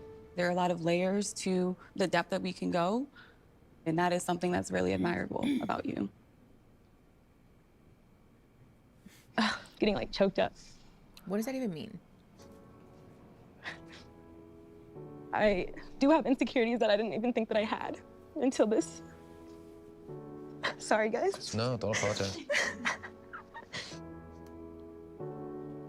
Just want to say that Zaina, she appears happy, and we came into this experience both wanting to get answers. At the end of the day, I love Zaina with all my heart, so it's hard to see it unfolding this way, but at the same time, I'm happy that she's happy. Yeah, Scotty, treat her right, because what you said earlier was true. Any man would be lucky to have her. And I mean that. No cookies Mariah? household. How was your week? The beginning of the week was incredibly intense and emotional, especially after seeing your ex and fully breaking up and then going into the dating period. It was a lot for me. I couldn't hold up this facade that I was okay. I like truly broke down. And I thought this experience was gonna be more beneficial for Caleb. I thought he needed to like work through questions because I was so ready and like I knew what I wanted. But then it shifted and I was like, I gotta figure out myself. What do I want in marriage? What do I need? Micah was my first date. Shocker. You have such a peaceful vibe and energy that I felt you were a friend to me. And that's, I think, the beginning of any relationship, whether it's marriage or not. Having a really solid friendship is so important because that space is where you can get deep. It's where you can get vulnerable. Mariah, are you ready to make your choice? Yeah. Mariah is so obviously like Mariah, the B character edit. Who do you choose? I do not care about her. I choose you, Micah, to be my trial marriage partner because I think that we have already built a friendship. And overall, I think you're just really open to growing as much as I am and to learn from one another through this experience.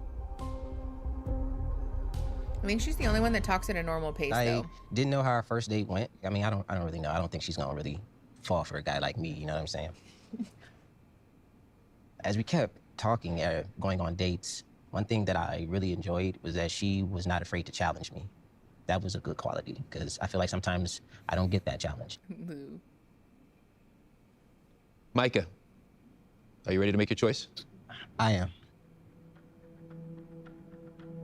The person I choose is Mariah. Mariah, I choose you because I feel like throughout this trial marriage that we can really challenge one another to be better for the people that we came here with, but also, besides that, just better people individually. Thank you, Micah. Thanks, Micah. Great. This week for me was honestly the craziest week ever. I really feel like I learned a lot. In a marriage, I would love to just feel at ease and just like I'm at peace with someone and nothing can break that. Yeah. That was one of the things that really drew me to Dave and just how easygoing he is. And you are a very go with the flow type of guy. With my ex, he's very calculated and planned. And what I got from you is that you would just be willing to take that leap of faith. You are just an amazing person. I was in a bad spot for a couple days. Chanel, you were always very warm. We just have great conversations together. There was a point at the cocktail party where I was having a tough time again. I feel like I'm a little bitch. But I wasn't feeling great, and she just said, why don't we just smile? Gotta like, put just that in smile each at each other. other, even though you're not happy, and we'll feel happier. She clearly has a very high emotional intelligence. Feels good that you felt that energy. No. Listen, I'm trying to shut my damn mouth so that we can just make it through this whole situation. But her suggestion that they just smile is an indicator that she has clearly a very high emotional intelligence. I can't take it. That's the dumbest thing I've ever heard. I'm so sorry. I can't. Okay, just... Yeah, with the toxic positivity, and also, like, that's not true. That's not true at all. Okay. 48:35-ish. Pressing play. In 3, 2, 1. Always try to be really warm and comforting. Yeah, and like my cold Chanel, and uncomforting Are you partner. ready to make your choice? Yes. Chanel, who do you choose? I choose Dave. Dave, I feel like I'll have a lot of fun with you, but also learn a lot about myself. So I hope that I can teach you a lot about yourself too. Thanks, Chanel. Thank you, Chanel. What does that mean? You teach you a lot about yourself. Dave, are you ready to make your choice? Yeah, I'm ready to make my choice. Okay, please stand. I would hate having to sit in this fuck-ass chair. I'd be like, do we have to sit in these? Okay, Dave, who do you choose? With a I rug? choose Chanel. I chose Chanel because she made me feel extremely comfortable, and I think we're just gonna have fun together. She could make me laugh really easily, and I think that is gonna be the best medicine through this whole process. Why Thanks, Dave. else would you ever want a partner? Laughing, that's all it takes.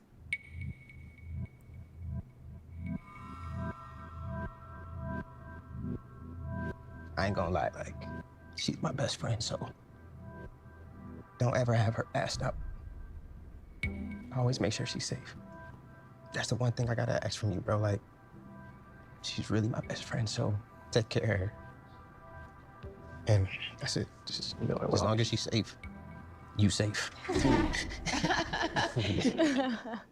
This is not easy. I give you a lot of props for being that vulnerable. This is really, really difficult to have these conversations in front of your exes. It's uncomfortable, right? And that's by design. You have to lean into that uncomfortableness. We're leaning. Yeah. Mhm. So, We are full leaning. okay. Nick JR. said, are you Hi, uncomfortable? Vanessa. Good. Tell us We about like your week. that. It's been a whirlwind of emotions. Insane Meeting behavior. 5 different women from 5 different backgrounds. So I was able to make connections with a few. He loves And that to was say the that. toughest part. Aria's a very special woman. Aria, you're gorgeous. But aside from that, we had some very deep, vulnerable conversations, which I appreciate her opening up to me. We have a very similar past. So it struck a lot of notes, and we're talking about our families and family backgrounds and where we want to go in life. Aria's very driven. I'm driven too. I was like, man, I can see this girl being my wife. And what is it about Sandy that made you want to get to know her better? Physical touch is a big thing for me. Like touching someone and feeling their energy. And I feel like we have that connection, aside from the fact that we have that mind connection as well. He said, we talked about I stared into fucking your eyes. I was just like, at least 3 times. wow, like you have so much Every fire and minute. passion in your eyes. I And it just loved it. ignites something in me. Aw. Right off the bat, I did just feel a connection to JR. It was like weird. We had all these similarities, and it was the first date of the first day. I mean, JR, I really appreciate you being very open and vulnerable with me. I see your heart, and it was really sweet to see that. So, Aria, you also had a connection with JR. Yes. I honestly was surprised that I had a connection with JR because I feel like guys that look like you, I usually don't like to talk to. Feel like, I get that a lot. but you're Cabs a sweetheart, for and days. you truly, I think, wear your heart on your sleeve. I love the fact that you have drive for life and that you want a lot out of life. We've been through a lot growing up, and so we both want more. Conversations with my ex haven't been the best, and I'm getting emotional now. I don't really hear a lot of nice things, so it's just nice to hear. God, This y'all are man amazing. has truly gaslit her within an I really inch of her appreciate you life. leaning into this. I promise Both you, I of them, promise you, honestly, you but- will not be disappointed what version of you comes out on the other end. It's rough. I hate this show. JR is very different than the person that I came here with. And I think that's the point of this, is to experience something that's different than what you already know. We talked a lot about the fire that I have, and that's something problematic with the person that I came here with. I think for one, JR has a lot of fire. I've just never dated someone that has that fire as well. So I'd actually be interested to see if we come at each other or not. What does that even mean? It took me a very long time to get you to open up and be vulnerable and look into my eyes. And it seems that that was easy for you to do quickly with somebody else. This has been pushing all of us so far outside of our comfort zone. I have said multiple times that eye contact, that's something that's I'm not really good at. Well, you seem to be fine with it.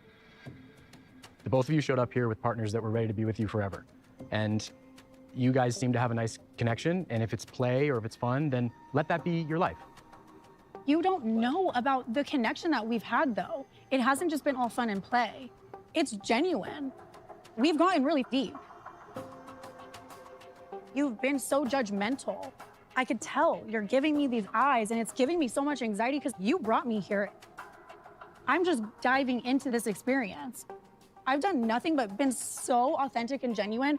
That's not what I said. I feel like I'm I being said if you're punished. not ready for a future with somebody, then go with that. That's why I'm here. That is literally why I'm here, to figure out what I need from a partner in order to commit. If I was that other woman, I don't remember her name, the one that's all excited to be with Mr. Scarf Neck Tattoo, I would be like, I don't know, rethinking this situation, because for as much as he supposedly likes me, he's now all of a sudden super upset and like yelling at this other woman, and like they're having a shit fight at the table. Vanessa, not Lachey. Thank you. We vibe really deep. Sounds so out of place when trying to emphasize how serious your feelings are. Yeah.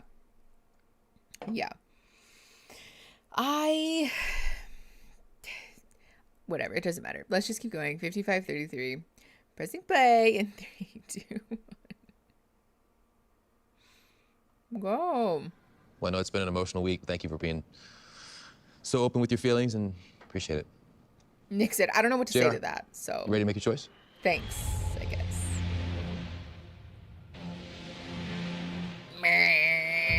Yes. Welcome to Mad Max. The fuck is this music? We get it. It's gonna be the end of the episode. We're not gonna find out. JR, who do you choose? I choose next week on the Ultimatum. Yeah. What a bunch of fucking dicks. Get ready to barf from cringe. Late but glad to be on the replay crew. Nice to see everyone. Hi, Curious Nonsense. Nice to see you.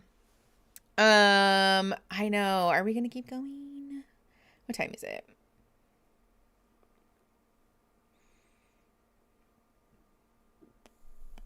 I mean, this episode's only 47 minutes, so maybe if we just like try to shut the fuck up. That's true. We already had a break. Okay. We'll just like watch a little bit, and then maybe we'll just like watch a little more. Okay. We already had a break, so let's just skip this cursory nonsense. Yeah, you guys can shut up. I don't know if I can. Okay. No, we don't want that. I don't need your music. Okay. Ready to make your choice? Here we go. Yes. Okay. Both women, Allie, we had so that's much fair. chemistry, it's scary. Sandy's like so sexy to me. She's gorgeous. She's funny. She's got a wild side. She brings out said that wild side in me. Aria's a good we feel relationship, super but an comfortable uggo. around each other. But Sandy's Aria's hot, an but no amazing woman. relationship. We've both come from very similar backgrounds. Dilemma. And we've had deep discussions. What's a guy she to has do? qualities that would make her a great wife. JR, who do you choose? Pursue a racial sexual conquest or look for a relationship? I choose Sandy. Not surprised. Even though we come from two complete different backgrounds, when we come together, the vibe is there. I love the energy that we have. Sandy's not the typical girl I would go after. Like if she walked into a bar, probably wouldn't even look at her. I mean, she's gorgeous. Don't get me wrong. I wouldn't go after her. You know what I mean? She's not my physical type. I like how yesterday we were on the couch and I had told you to shut up. And you responded like, shut up too. And we just looked at each other and laughed. And I was like, okay, this is like toxic, but it's non-toxic. You know, it's like, it's fun. I like the way that you. What about that? He said the other day, I made a joke and then you made a joke and then we laughed. What are you talking about? That's not, I know. Yeah. Not my physical type. Okay. Thanks for shitting on her in front of everyone and her being like, no, just kidding. I'm not bothered. I'm not upset. I'm totally fine. See, I'm so cool. I'm the cool girl. No, stop being the cool girl because it lands you men like this. I can't see. Is he choosing the one that he was having weird racial fantasies about? Yes. Hellfire. You forgot that she told him to shut up and that makes her wife material. Yeah, I don't know what that's about, but okay. 140, pressing play in 3, 2, 1. It came back at me. It just flows.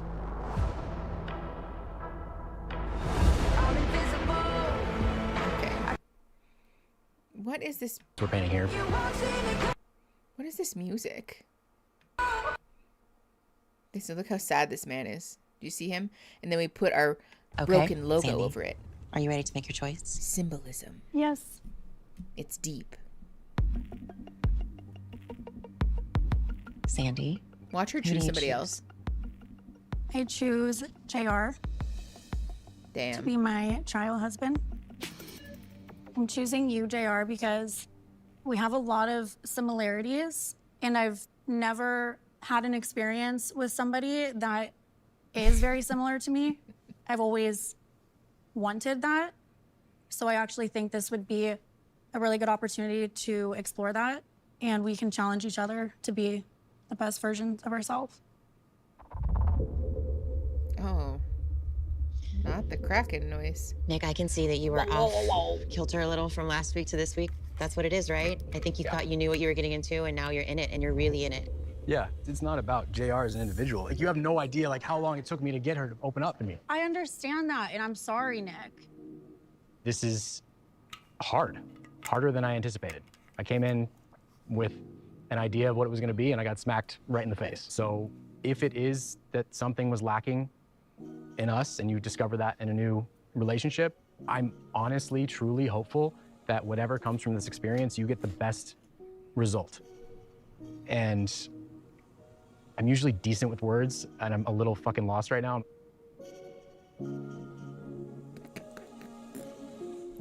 Whatever.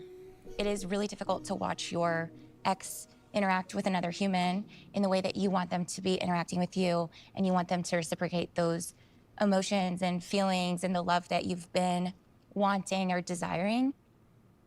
The first date by the poolside, I had a really hard time connecting with anybody, but as the dates progressed, I felt like Nick just provided such Sandy an looked like she elevated was gonna kill her just then. Hold on. Look at Sandy's face in the background. But as the dates progressed... Hold on, I keep missing it so that I can't pause it. Hold on. But as... My God. It looks could kill. Sandy, Mrs. with, oh, what's his bucket over there, is now all of a sudden ready to spit nails because her ex has the absolute audacity to do the same thing that she just did. Yes. I was a bit shocked by how easily I come by compersion. It takes a lot of security in yourself, but in my personal experience, I respect that non-monogamy isn't for everyone. Yeah, and I think this is also just like a great illustration of why, first of all, non-monogamy is not for everybody, but also why it is wholly unethical to forcibly subject people who have self-identified and no interest in non-monogamy to non-monogamy. This sucks. Even I think some non-monogamous people would struggle to watch their partner be all right in front of them, and then to hear their partner say these things about how, like, well, you know, my last relationship sucked because of this, that, and everything else. And so, you know, isn't it just so great that we connected in a better way? And like, that sucks. That feels really bad. And I think it's totally fair for a lot of these people to be really upset about it. And it does sort of ring as phony because they're so happy to have their turn being in the spotlight and being all with the person that they are really happy with. But then when it's their turn, all of a sudden they're being personally, individually, specifically victimized. Like, y'all, this is, I think, an interesting window into the way that sometimes empathy is not quite as universal of a human emotion as people think it is. It's something that requires us to make an effort at, because the empathy at this table is absolutely bankrupt. I'm monogamous, but this doesn't seem like non-monogamy. It just seems like psychological torment. That's true. Actually, no, that's a good point. Which is that this is not ethical non-monogamy in the slightest, right? This is not how non-monogamous people operate, and this is not at all a good representation of what non-monogamy is, but just simply not monogamous in the sense that it's not monogamy, right? It's not non-monogamy. It's just simply not monogamous, I guess. I hope that makes sense. Okay, let's keep going. 426, pressing play in 3, 2, 1. The dates progressed. I felt like Nick just provided such an elevated platform for me to express myself and truly just be me and not feel weird about it, which was amazing. Nick, you are somebody that anyone would be lucky to be married to. Thank you. I issued the ultimatum to my ex, and I feel like I'm at a point in my life where I'm ready. I have been extremely emotional through this phase. So to meet somebody who is a kindred spirit, she's an onion. We're also weird onions, basically. We're fellow weirdos. That's gonna bite me in It's the very ass. easy to be around somebody who's also as weird. Also, as me. I know. And she's brilliant. I know. I saw it. The delay. I know. We're pausing just so the delay can catch up. I also worry that people will misconstrue non-monogamy as just for the show. Oh, yeah. I know. Construe non-monogamy as just the show when the show is not what real life non-monogamy is. Yeah, Raspberry, absolutely. This is just passive aggressive, the dinner party. Yeah. Oh my God. I know I just took the overlay off, but Jesus. Woo. Okay. No. I'm not mad at you guys. It just sucks when I'm sitting with a delay and you guys are yelling at me and I'm like, I know, I already fixed it. Okay. 527. Pressing play in 3, 2, 1. She's intelligent, she's gorgeous, and she has a soul that I am very grateful that I have been able to interact with.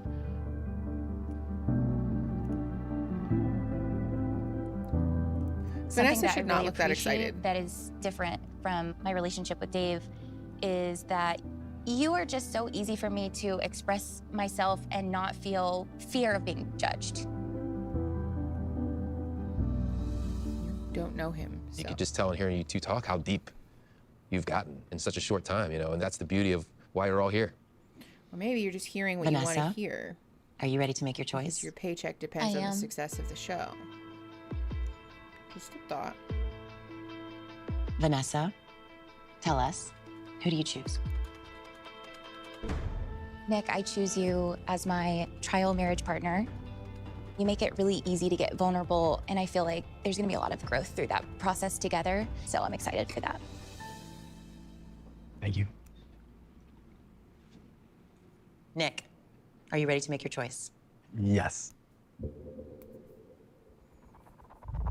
Who do you choose? I choose Vanessa. Vanessa, I choose you for our trial marriage. Since I've met you, I feel like I've learned more about myself and how I can grow, and I feel safe with you. And I know that through this experience, I will be a better person, and I'm excited for it. A bunch of nothing burger. You are somebody I've met in a past life, for sure. Vanessa. You are somebody I Lachey. trusted immediately. I just can't imagine having gone through this without you. I really appreciate that. I couldn't feel better knowing that it's with anyone else, so I'm really thankful and a little scared at the same time because you're great. This is just really, it's very scary and like very real. I'm having a very hard time. Oh boy.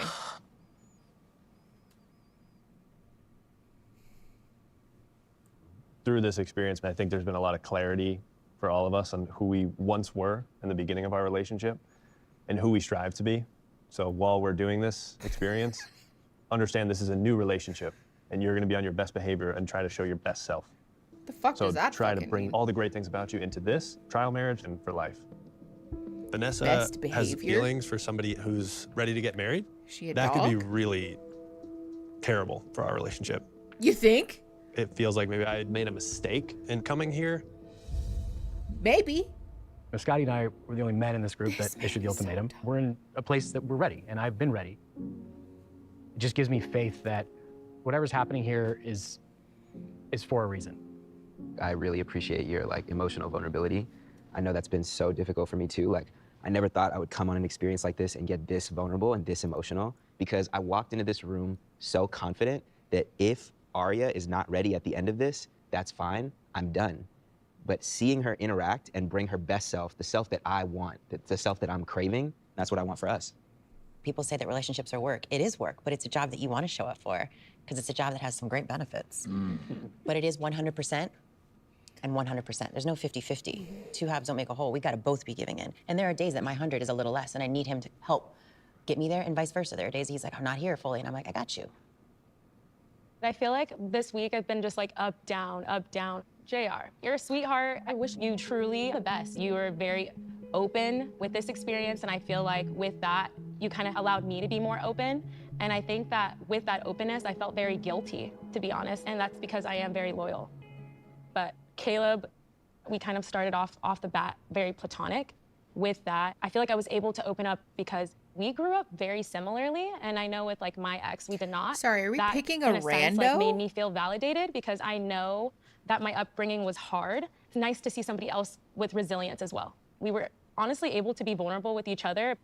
I did not feel judged at all, and I think that he was just there for me, and I just felt really secure with you. I was not expecting this. I also feel like being an incredible husband, you were just a very kind person, and I think that will take you anywhere and everywhere. I just showed up as myself, and I'm glad you appreciate it, because I appreciate the time as well. Aria, are you ready to make your choice? She said, well, yeah, now that JR didn't pick me, I guess. I choose Caleb. I feel like through this experience, I'll get more clarity on exactly what I need and want I've never seen this in a man partner, and I feel like before, you give right me now. that space. Thank you. Caleb, are you ready to make your choice? I am. He said, I guess, since we're the last two kids Aria, on I choose you the because kickball team. It wasn't forced. It just came easy. And that's how I think we can both grow through this, because we allow each other to have the space. You're driven. It's very obvious, very independent. I see that my ex is more codependent. Oh! Thank you for showing how I would like a partner to be. I think you're going to make a great wife one day. Thank you, Caleb. Thank you. Oh my God. He said, yeah, I can see now that my ex actually was kind of a do-nothing loser. We now have 6 brand new And that's been so couples. great for me. Caleb and Aria. JR and Sandy. Scotty and Zaina. Chanel and Dave. Micah and Mariah. Nick and Vanessa. Boy, that's weird. That's weird. As if they don't love that. I'm sure they love that. Each couple will receive an engagement ring, which is the Which symbol is of your sponsored commitment. by... Here, take one and pass it down, please. You are welcome to take this ring with you into your trial marriage. Over the next 3 weeks, you'll have an accelerated experience designed to show you what marriage with your new partner could really be like. You'll move in together. You'll meet their family, their friends. You will tackle difficult conversations that many people don't ever have, even after they get married. Then after 3 weeks, you will go through the exact same experience with the person you arrived here with. The terms of the ultimatum are very clear. At the end, you'll each have to decide for yourself. Who do you want to spend the rest of your life with? Will you leave here engaged? Will you leave here alone? Or will you leave with someone new? We wish you the best, and welcome to your potential future.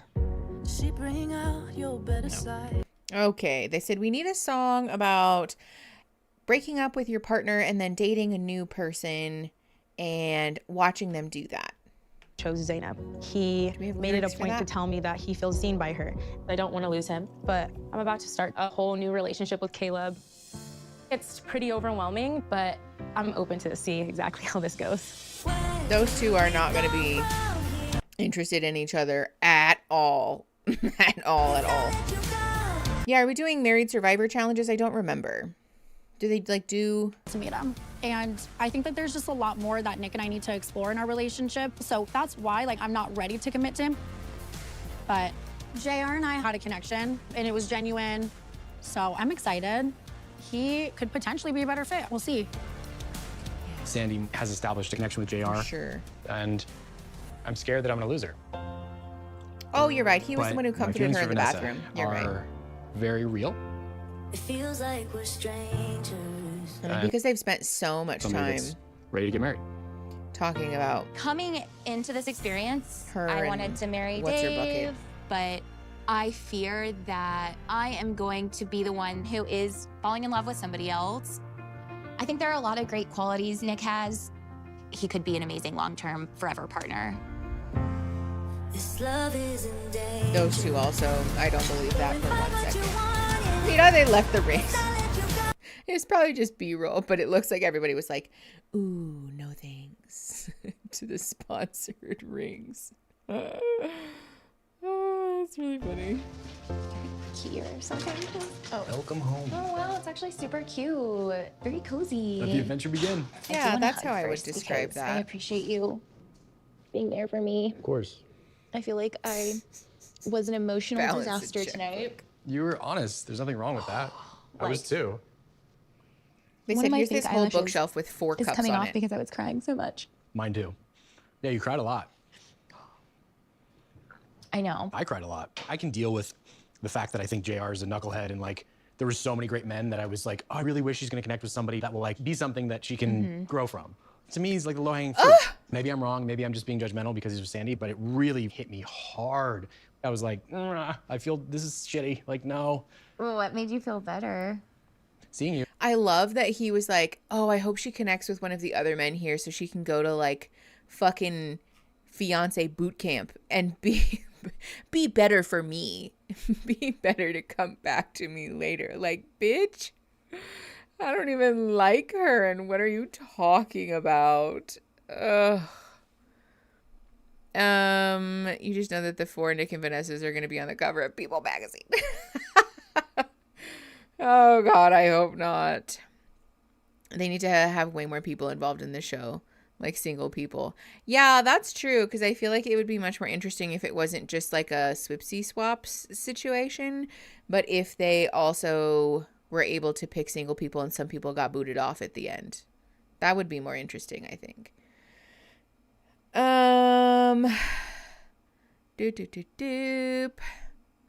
Yes, okay, I maintain that actual useful exercises for like ascertaining a couple's compatibility are realistic real life things. Like, pack this truck together, put this IKEA furniture together, try to make hard decisions about what's getting cut out of the budget this month because you can't afford these things, right? Like, plan a vacation together, go on a road trip together, sit in a car together for hours with nothing but the same playlist and your minds to stimulate each other's brains. That's it. That's all you got. Like, go ahead.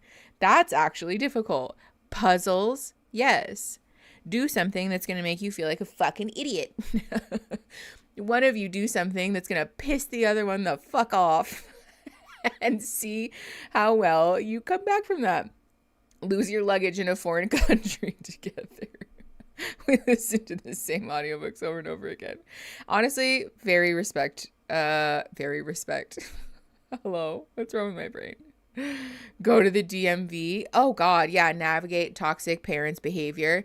Yeah, go home for the holidays together and have somebody's mom make passive aggressive comments at you. You know, that sounds great. Let's see how well you guys actually manage to do that. Yes. Old video games. Exactly. Oh, I have to go to the DMV with my ex-husband. That sounds awful. Clean out the garage. Yeah, have them play Mario Party together. Have your trial husband steal your star. See how much you like him then. Get a cold immediately.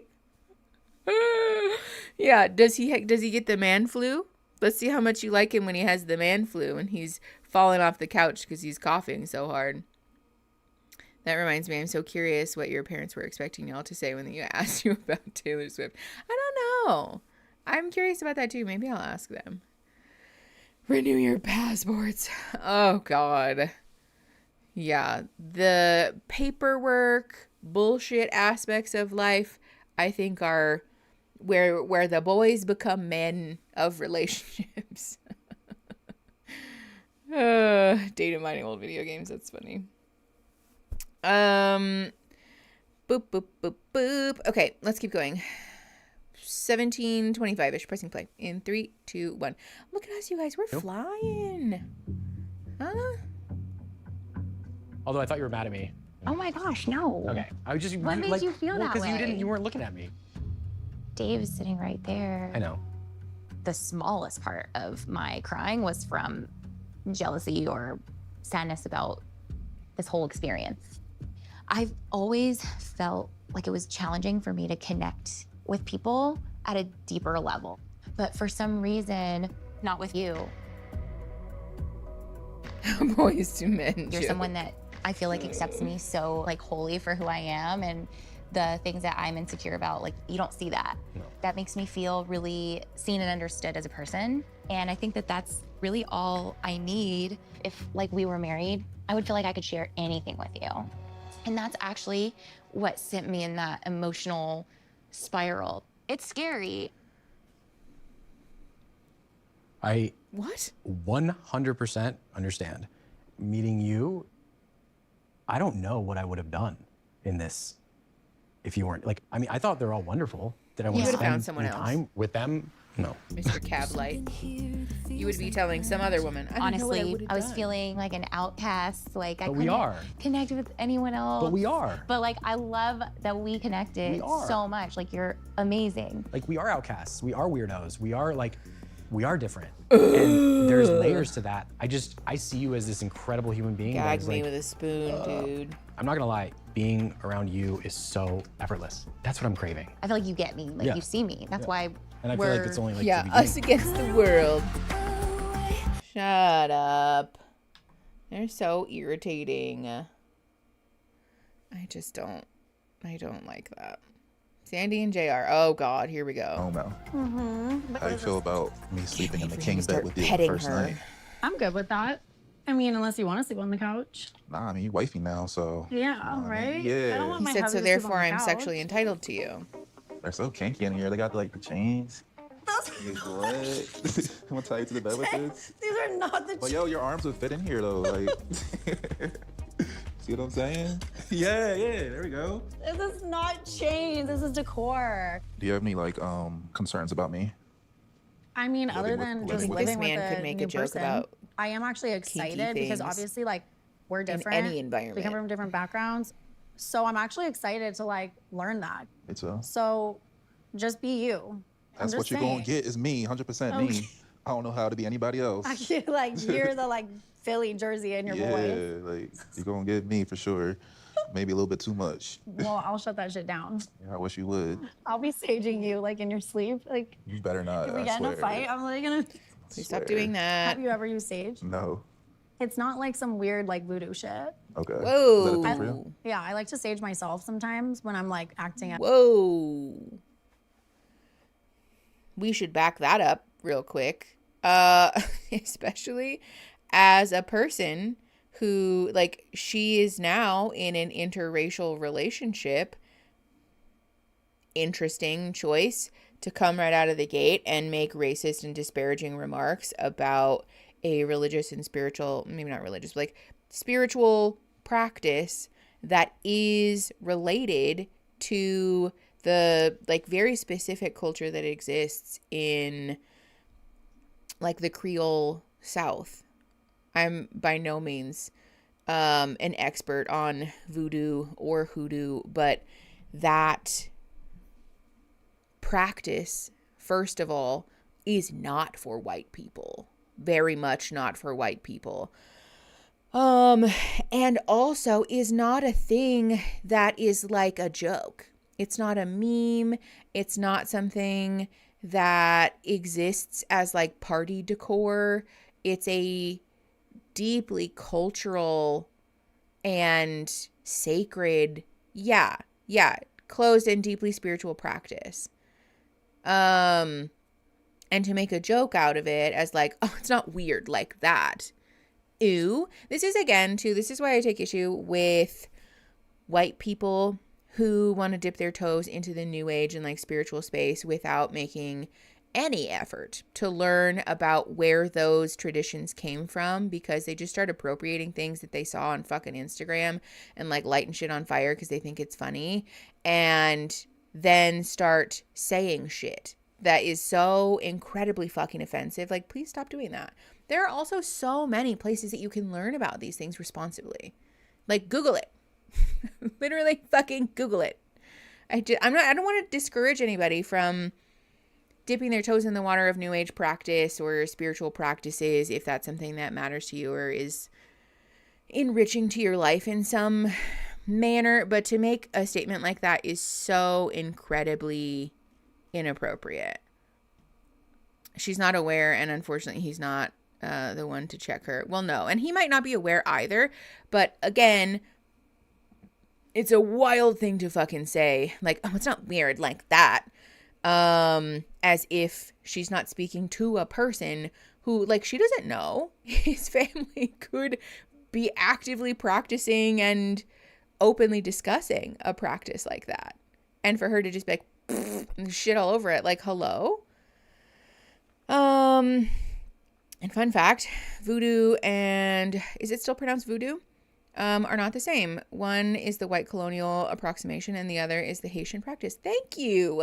See, this is what I'm saying. Far from the expert on it, but there are lots of people who are able to educate you about it should you simply ask or seek out the information. Christ. I know also that's like a really interesting way to find yourself in some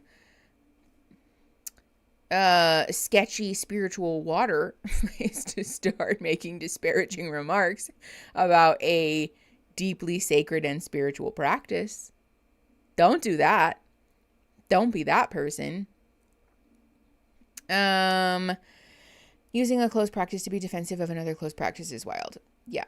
For those of you that missed it, she was talking about saging herself, to which we were like, we had this conversation earlier, don't do that. And she was like, have you ever done that? And he was like, no. Oh God, Mara, are you okay? She was like, have you ever done that? And he was like, no. And she's about to say, I like to sage myself sometimes when I'm acting up. Which is also not what that's fucking for. But okay, 21:28. Pressing play in 3, 2, 1. What the? I could use a good cleanse, honestly. Maybe cleanse my mind, because you on that dress. Really? I almost didn't wear this. Everything has to come back to that. Best dressed. What? Yeah, for sure. Thank you, really. I personally, I was just gonna warn you, like, I'm a girly girl. I like to like get dolled up. I like that. I like that you like I'm attracted to, yeah. Okay. I think you're gonna bring out a different side of me. Have you ever dated a white girl? Never dated a white girl before. No way. Never. They've been like attracted to me, but I just never. They've been attracted to you, but you haven't been attracted to them. Because so clearly you wouldn't even look twice at me at a bar. That came out the wrong way, okay? No, I know what you're trying to say. I actually don't take offense to it because I do actually think that you would look twice at me. Yeah, we have a genuine connection. I feel like that's something that was so triggering for Nick. I think he can sense that there's actually like a connection, and it's not really just such a platonic connection. I felt him staring through my soul. If I'm gonna be honest, I feel like it has something to do with like you. I have literally never seen him so jealous. Really? And I think he's really scared. At the end of the day, we're single, so we'll see what happens. Pause. Okay, thank you. Yeah, hoodoo is the Black American version of voodoo, as in similar and has roots in the Haitian practice, but has become its own thing. And yes, also a close practice. Love. Thank you for the education, Lou. Yeah, we talked earlier about the practice of saging and smudging and how all of that's a close practice and that you can use lots of other herbs and things. Also, do be careful, please, with burning things. We talked about this earlier. You can literally use a tuning fork or a bell or a simmer pot with like food in it to cleanse your house. You don't need to burn things. Especially if you have pets, you can actually really harm them. Lavender, eucalyptus, creosote, all of those are things. Don't burn those. Don't burn those if you have pets. Honestly, don't use those fucking essential oils. Don't buy candles that are lavender or eucalyptus. There's a bunch of other ones that are toxic to cats, especially tea tree oil. Please don't do that. Please be very, very careful. Just don't. Just don't. Okay, yeah, Shanice, I want to talk about that. She should get a therapist instead of a good cleanse. This is my least favorite way for people to practice new age spirituality sort of like stuff, because really what we're doing is trying to avoid taking accountability for our own behavior and potentially toxic patterns and, you know, issues by making a joke with, you know, a spiritual practice at the center of it. And like, no, don't do that.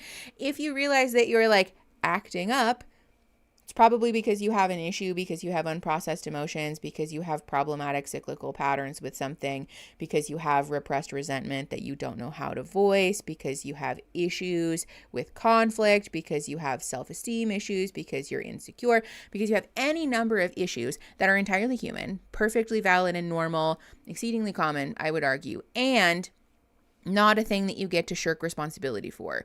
We are always allowed to be valid in our feelings, but that does not enable you to simply behave however you want to behave and get a get out of jail free card for it. That's not cool. Mental illness is not a blank check to say, ba, ba, ba, ba, ba, you can't be mad at me because I have anxiety, because I'm depressed, because I have a neurodivergency also, right? That's a really common one. They're like, my partner is upset at me because I forgot something that's really important to them. And now I told them that they're ableist. That's not fair. That's not fair for you to tell people that they are not allowed to have emotions because you wounded them, hurt them, inconvenienced them, bothered them in some way with a thing that you also can't control and should still be responsible for the consequences of. That's not cool. You don't get to tell people that they're just not allowed to have emotions or responses. That's not cool.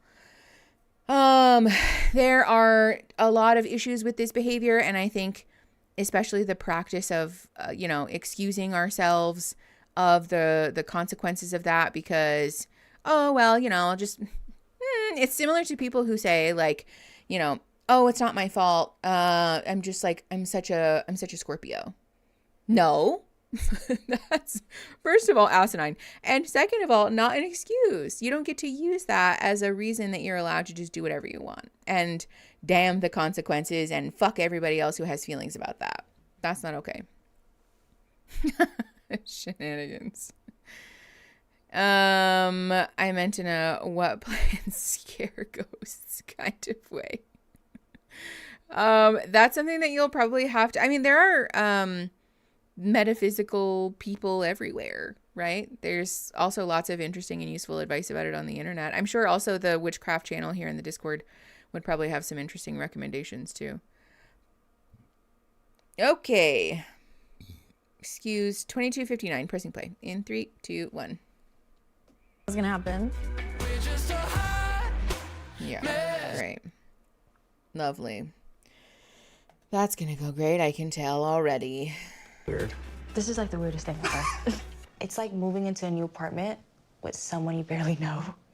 So Yes. it's like, how am I going to navigate this? And I feel comfortable already with him, but when would I really feel like this is home? Never. How was tonight for you? This is just so weird. I just can't get over it. It's not your home. Yeah, no. I had thought about leaving the whole experience. Yeah, me too. I didn't There were wanna. times where I wanted to leave. If you didn't feel that way, then something's wrong with you. Yeah, how do you feel right now with him doing what we just did with another person? I couldn't look at them. Did you just look down?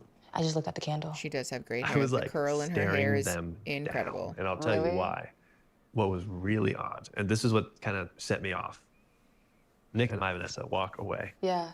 Nick took the ring with him, and I was like, huh? So that kind of messed with my head a little bit. Yeah. It's more just like it hurt my feelings. That he took it, I guess. But then I realized like Vanessa is her own person. Yeah, Just because everyone Nick took it doesn't mean a lot for Vanessa. We can only control ourselves. Right. Whew, Yeah. these Still, two like, just. no matter what though, there will be times tonight, tomorrow, 4 days from now, whatever, where we're gonna be thinking about our ex with somebody that we don't know. Like, I just don't unpick it really. And that stresses me out. These two just kind of regurgitate Brene Brown platitudes.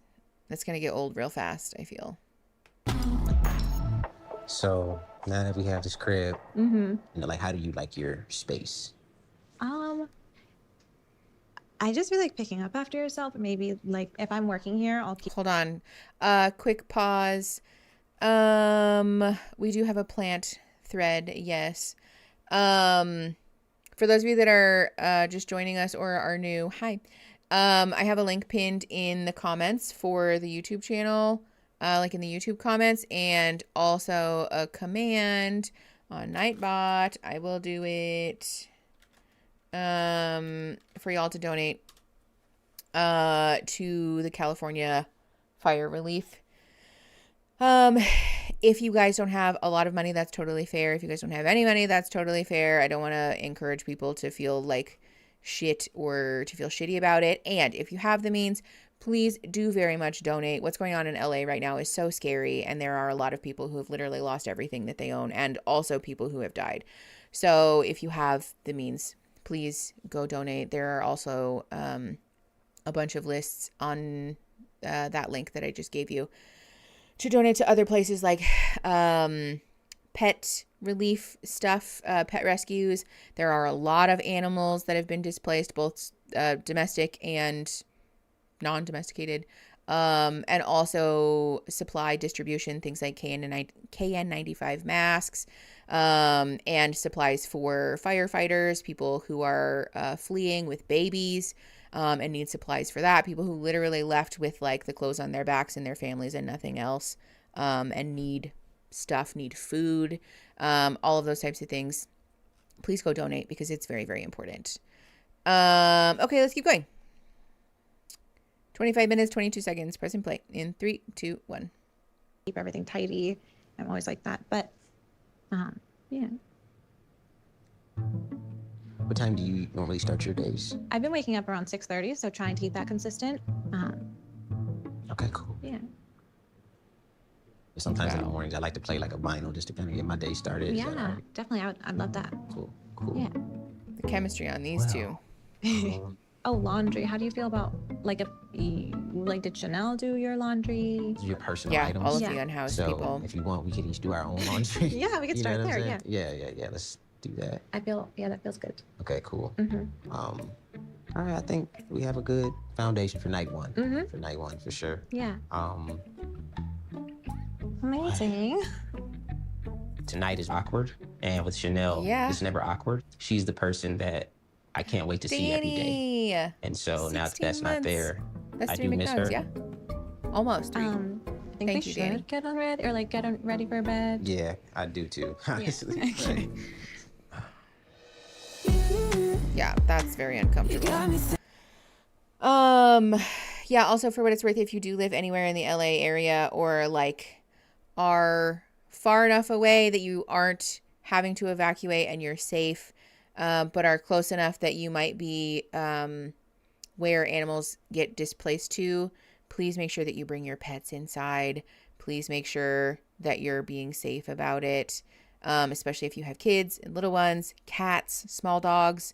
And also consider putting some water out, some clean, fresh water, because a lot of those animals are being displaced and they're so tired and so scared, and are probably wicked dehydrated. So if you're able to leave a bucket of water out or something like that, that would be incredibly helpful. But also, please just first and foremost, stay safe. I know it's because it's really, really sad. And the worst part about it is that like there are billionaires who own most of the water in the state of California that are just like, and budget cuts that happen in the state of California, that is making it much more difficult. And also, I mean, just factors beyond that, the fact that the wind is as bad as it is making the fires worse and is making it more difficult for the LA Fire Department to actually fly helicopters and planes and like the things that you guys always see on the news that dump water on fires. It's really scary and like unsafe to fly those right now. So they're just doing what they can from the ground and it's not working like at all. So, did we determine how long the gestation was? I think we said 9 months, right? So 18 would be 2. So almost 2, yeah. Water surfaces suck up smoke. So if you're leaving water out, you should consider replacing it often. Ooh, thank you, Hellfire. I didn't know that. Someone flew a drone into one of the only 2 type of water suppression planes. Please don't do that. Please don't fly drones right now. That sucks. Just, what the fuck? That sucks. Yeah, like I said, if you guys are able to donate, please donate. $1 is $1 to one person, right? But $1 from 1,000 different people is $1,000, and that matters a lot, especially for people who, like I said, they lost everything. Their homes, like, burnt to the ground. Also, for those of you, especially if you're not in America and you're not aware, like, yes, California has an issue with wildfires a lot, and this is, like, something we've never seen. The Palisades fire, especially, in the span of, like, 12 hours, went from an acre, couple of acres, to over 1,000 acres, like, out of control, and 0% contained. There were people who had literally no time, like, literally had to get out of their cars on the highway and leave their cars behind and run down the highway on foot. And then the fire department had to bulldoze their cars out of the way because the highway was gridlocked. It's awful. Like, it's so scary. They're calling it a fire hurricane because the winds are so strong. Jesus Christ. That plane wasn't even ours. It was from Canada. Shout out to Canada for helping. Christ. Stupid assholes with drones. Please don't fly fucking drones. Palisades is at 21,000 acres. Eaton is at 13,000 acres. Thank you, Lou, for the fact check. Mexico's been helping a lot too. They've sent a ton of firefighters up. Wow, shout out to Mexico. Damn, they don't know us shit after the rhetoric that's come out of our legislation. What a surprise. It's almost like being a xenophobic piece of shit gets you nowhere. Archer Hearst seems like they're getting a handle on it. It's over 50% contained. Thank God. That helps a lot. Yeah, there's a lot of things that are just gone and will never come back. And also, for what it's worth, like, yes, is there a part of me that is like about like mega rich celebrities losing their homes? Sure. But a lot of the people who are losing their stuff and their homes and their lives are not people who are independently wealthy, but people whose families purchased that land generations ago and they just never moved, never left, right? And so the land that their house is on is very valuable because the housing situation in LA is bullshit.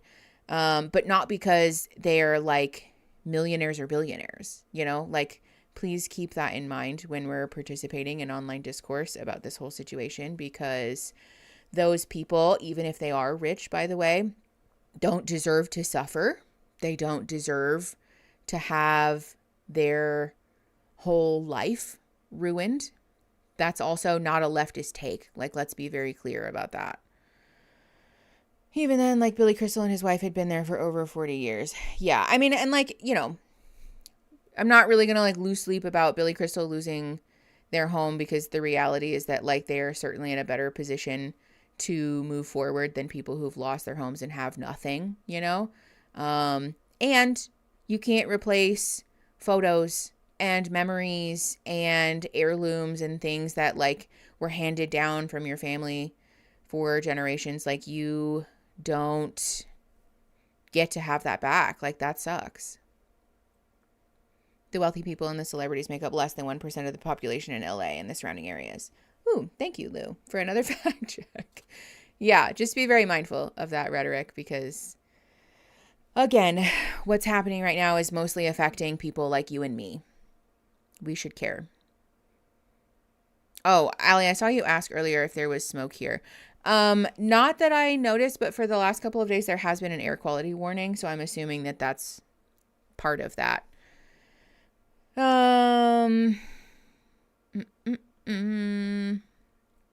This is one of my biggest fears. I've spent so much time and effort scanning 200-year-old pictures, but they're only on a hard drive in my house.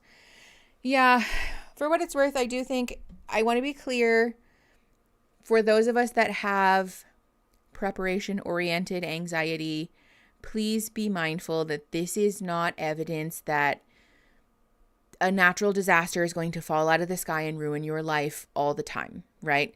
When we live our lives like danger is around every corner, it's probably not, but we still lose the peace and the joy of living our lives as though it wasn't, right?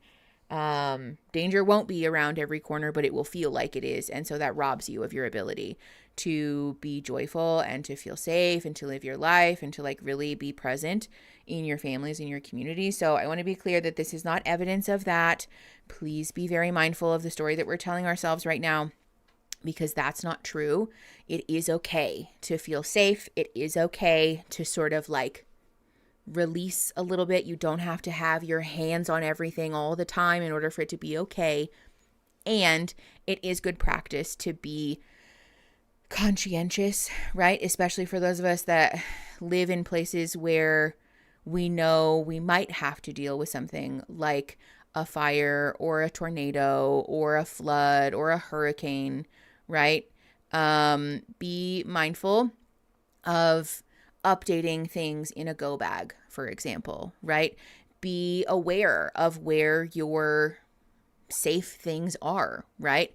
Have a box or a bag, especially a fireproof one that has things like backup hard drives with your family photos, and your important documents like your birth certificate and things like that.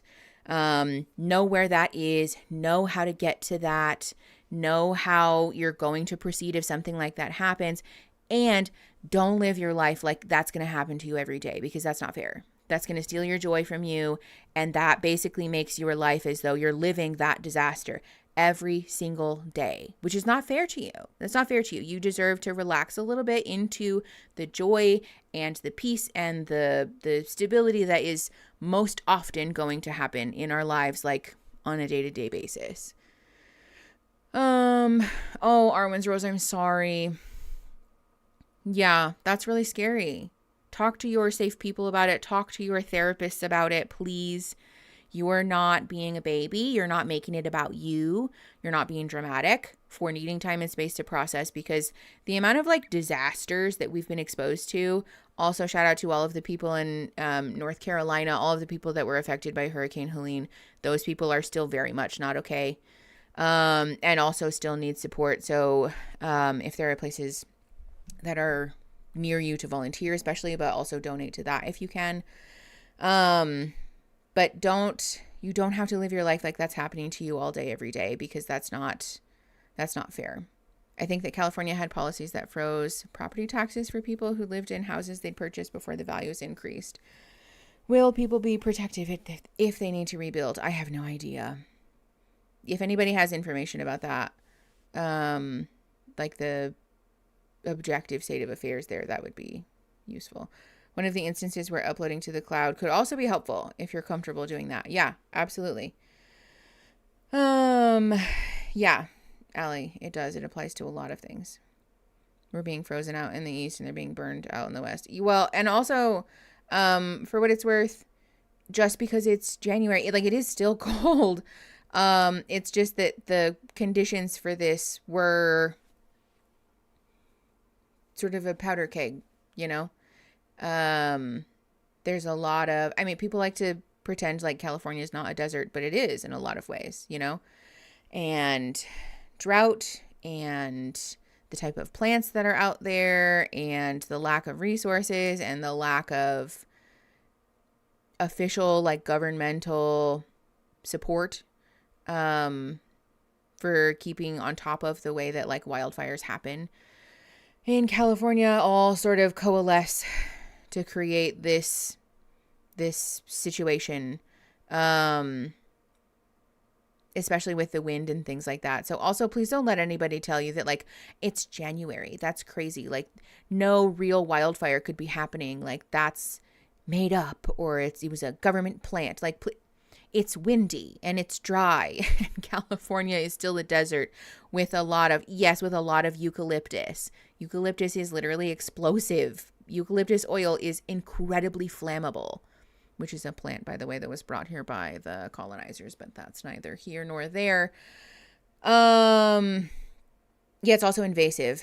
So, yeah. Please, yeah, exactly. Okay, Joe, for real, there are people saying things about like space lasers and like insurance plans and aliens, all the stuff. Like, that's what I said earlier. Please be a very conscientious consumer of information, because there will inevitably be conspiracy theories that are not true. So be mindful, keep your heads on your shoulders, talk to your safe people, talk to your therapist if you can. Oh, a lot of people, Mara, people who don't live here, people who don't live here, as by here I mean the United States, people who've never been to California, things like that. Hi, Andy. Yeah, anyways, I'll stop bringing down the vibe. Sorry, but I do want to encourage you guys to go to that link in the description, and please donate if you can, because it's really, really important. People need our help. And that's part of being a good community member, you know, not just our family and our immediate friends, but like our broad community. So, oh God, liquid soap. Yeah, they are. That seems to always be at the center of them. Okay. 26 minutes and 53 seconds. We're going to keep watching the show. So 26 minutes, 53 seconds. Press and play in 3, 2, 1. My headphones turning themselves off. Even my headphones are like, bitch, you talk too much.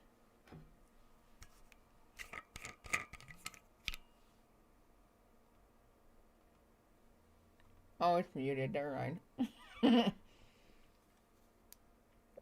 It's muted. That's why. Rewind. Okay. Imperfect. It's like 26:46-ish. Pressing play. In 3, 2, 1. You got me thinking what the rest of my life. I'm not gonna lie. The night was so exhausting. I hope that if Scotty and I are truly meant to be, that he sees that I actually see him and I care about him too. Yeah. There is a part of me that does fear that Scotty has something with Zaina that maybe I can't replicate. And I think that, Hold on, I'll be right back. The fuck? Thank you. I'm gonna ration it out. This is only single ply. Fair enough. When you've been with someone for so long, sometimes the both of you can feel underappreciated. Yeah. I've always felt really secure in my relationship. And I think this is the first time I've never felt secure. That's so traumatic, Jesus. We came here thinking we didn't have any insecurities. You never experienced them in your relationship, and then all of a sudden they're triggered. Like, how deep down were they? Were they really deep, that far down, or was it something just like right at the surface that was just waiting to pop out? That's something you and I both share. As you like let go of them and focus a little more inward, I think that will be part of our journey. If Scotty ends up really, truly falling for Zaina, then I just know that like he just was not my person. But every door that's closed, another door will open. I'm happy we chose each other. Yeah. Okay. I mean, it's nice. Like, he continues to be kind to her, I guess, but that's hardly a soulmate connection. Decompressed, to be honest. Okay, you want to do that like alone? Like I could give you this. No, I want my new husband to. I want to talk to my new husband. I just do not trust this man. Okay, so talk to me. What's going on? Because I feel like when this man. we were walking out, I could sense that you like something was off. You already knew. She's upset. You could read it. Yeah. I've never had any jealous reaction was up crying. until this point, and it didn't feel good because I'm like. Yeah. Today was a lot, but I do hope like what I said about you and the reasons why I chose you, you heard me because I really meant it. Likewise. Copy paste. Copy paste. A little copy paste ass. I do don't think like that. I'm going to try my best, and I just want to follow this process. Like, I don't want to be like, okay, let me like hit up JR. So you're trying to be a true trial wife?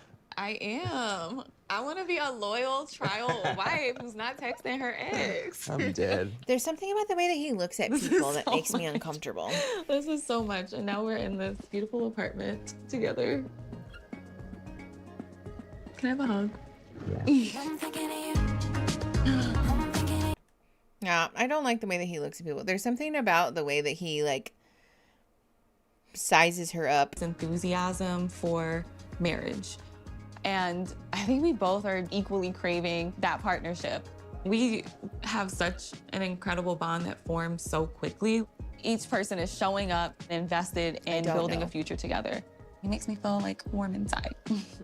I appreciate you a whole lot. Coming into this experience, I seriously did not know if I would connect with anyone. And you've just made this so much easier because of who you are. I definitely did not come into this thinking that someone was going to really connect with me in the way that we did. The way that he looks at her makes me so uncomfortable. Don't make me cry for like the 17th time today. I have no more tears. Oh, man. I know that I don't connect with people easily, but I just feel like with you, I was almost like asking myself, like, do I need to slow this down? Like, is too much happening too quickly? Like, am I being too open and too vulnerable? And I think when you ask yourself those questions, like, that's almost like a sign that there is a natural connection and you're like fighting it. And I think that's why I know it's going to work out. That is not regardless. true. Could also be because we have inappropriate attachment and we over-attach too quickly. We get here. So. Right. Do you snore? No, hell no. Do you sleep talk? Mm-mm. I feel like you're asking me this shit because you do some of it. I sleep with pillows over my head. Over your head? If you happen to like wake up in the middle of the night And there's you have like a pillow a pillow, just over your face. You want me to just leave it there? Just know that I'm breathing and I'm okay. That's dangerous. This is the shit that we're gonna learn about each other where I'm like, okay, she told me she was a little bit weird and now I'm like, oh damn, you weird as hell. Yeah, I don't like him. He makes me very uncomfortable. He was sleeping on the couch. Would it hurt you if you did sleep in the bed? First day, yeah, I'd be like, damn.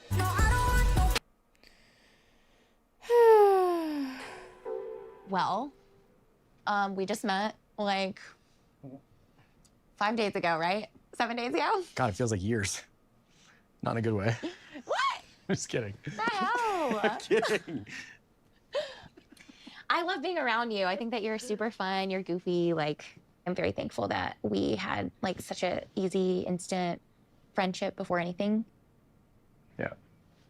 It takes a special person to make someone else feel that comfortable and bringing up hard topics and being able to have a safe space to talk about those things and work it out. So I love all of I these think that women is going to bed in above full all beat. like the #1 reason why I think that you'd be a really great partner in life. The way you see me, it's nuts because I've only known you for a very short period of time. Like, you genuinely see me. It's been a very long time since I felt that way. I That's think not there's definitely good. a part of me that's a little scared through this because your heart is extraordinary. And that is something that I look for in a life partner. And there's also just something about the way your face is when you say things that I like.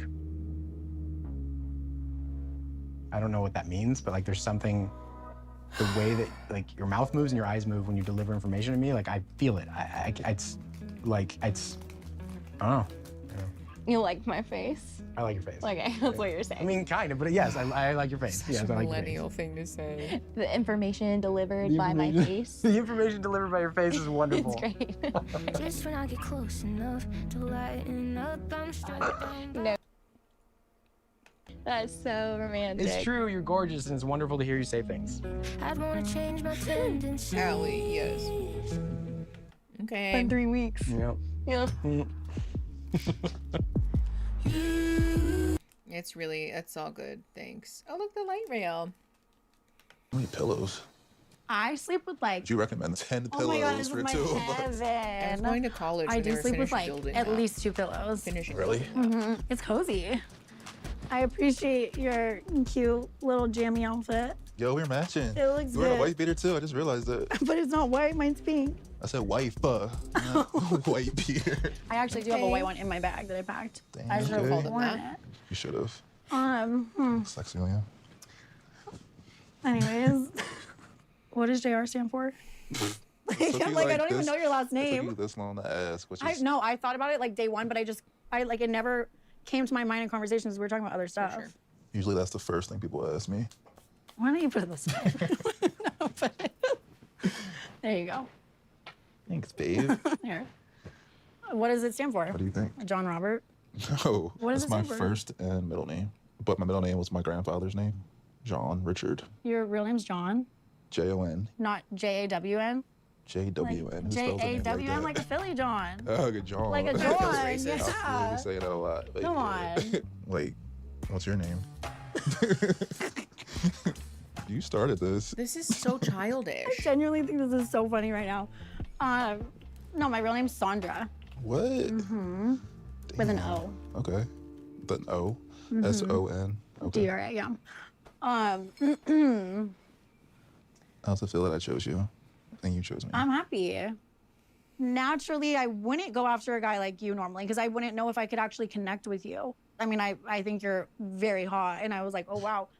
But I wouldn't think, based off of just first impressions, that like, oh, he'd be the guy I would like connect with the most. Yeah, we were both super vulnerable. Yeah. And we didn't have to be. I appreciate that about you. Aw. He's really cute.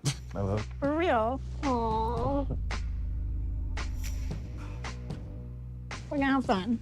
I think we're advancing too fast. This is not good. Warren? Can't believe like I'm in the bed with you right now. Does he ever stop talking about it? I want to dream about you right now. I'm gonna be right here. I'm gonna be here in real life. Why are you so cold? I run cold. Warm me up. Do I Oh, have that to feels listen good. to more of this? Please make it stop. Can we make this stop now? I want to pull out my eyebrows too.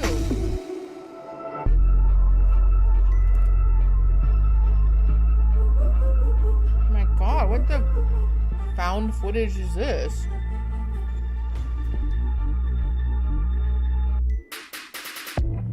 I'll never tell him no, but I keep my secrets, better to keep them close. Little does everyone know, I'm wide awake dreaming. I'll never come to the Is Micah just phone, 'cause I'm leaving? still breathing. I just share. Yeah, of course. You feel okay doing it? Like you feel okay? Yeah. Tonight I'm feeling so many emotions inside of me, you know, and you don't even know how to articulate them. Just text me if you need help getting back in or something's weird. 1 minute you're coming into the experience with Also, not this man acting like, are you safe in downtown Phoenix? Like, hello? In like, actually, no, they're in Scottsdale, I'm pretty sure. In the area?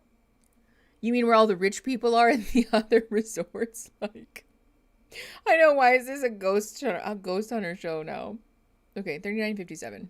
your partner, then choose somebody. Now you're living with them, you're a whole wife, and it's like, I don't even know if I've gotten a chance to process everything that I just experienced in the beginning. Damn, this is a lot. Gotta be safe. No, I'm worried. Okay, all right. Good job. Those two definitely went and hooked up, right? Maybe not like actual hooked up, but like they went and saw each other, right? Because 8:32 a.m. Chanel. Where's she from FedEx? Was my first night with Sandy. Woke up like, is this what a one night stand feels like? Because I was like, wait, who's this girl next to me? I was like, oh yeah, this is my wife. It was a little weird, but we were both really comfortable.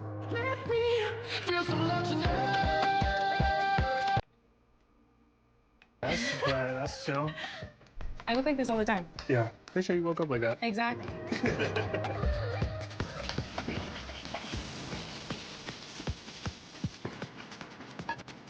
What are these song lyrics?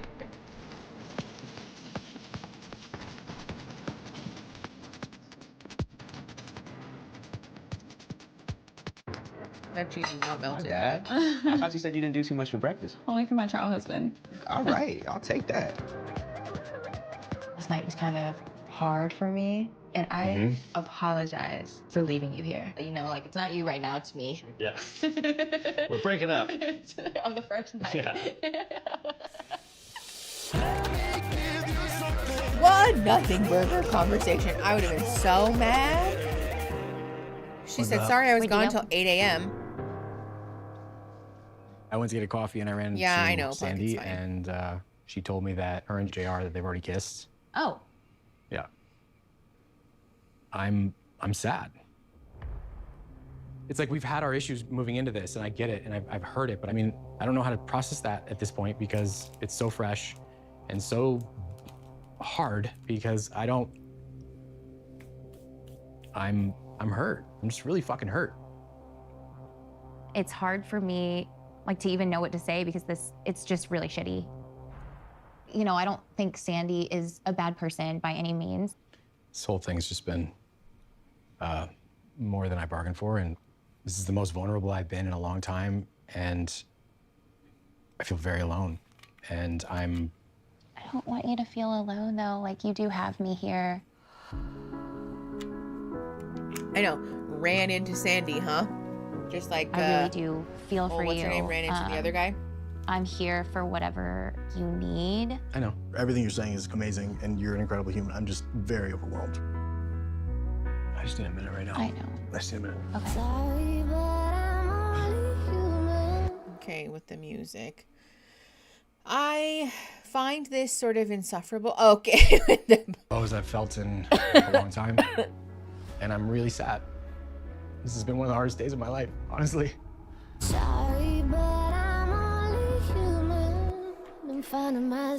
Listen, I want to be clear. I don't take issue with the fact that these people are experiencing emotion, but just that we seemed to have made the choice to participate in a show, even though, to be fair, they often don't know what show they're signing up for, but ultimately at some point they do sign the paperwork, right? Like at some point they are made aware what the brief is, and they have made the choice to be here, but are then sort of like leopards ate my face-ing about the fact that their partner is doing the thing that they both agreed that they were going to do, which is pursue a relationship with another person. Like, I understand that that's difficult, and I get that that's really hard, and don't do that then.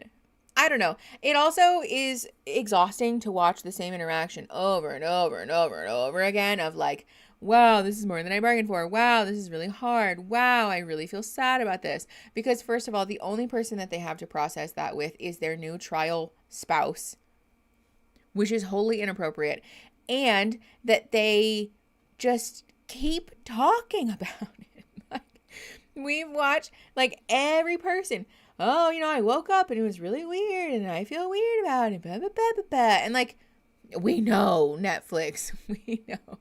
How many times are you going to subject me to this sad music and the pensive B-roll and the talking head about how this was way more than you anticipated it was and a like, I know, we get it. You don't have to tell us again. It's just like, can we move it along? Like, I get it.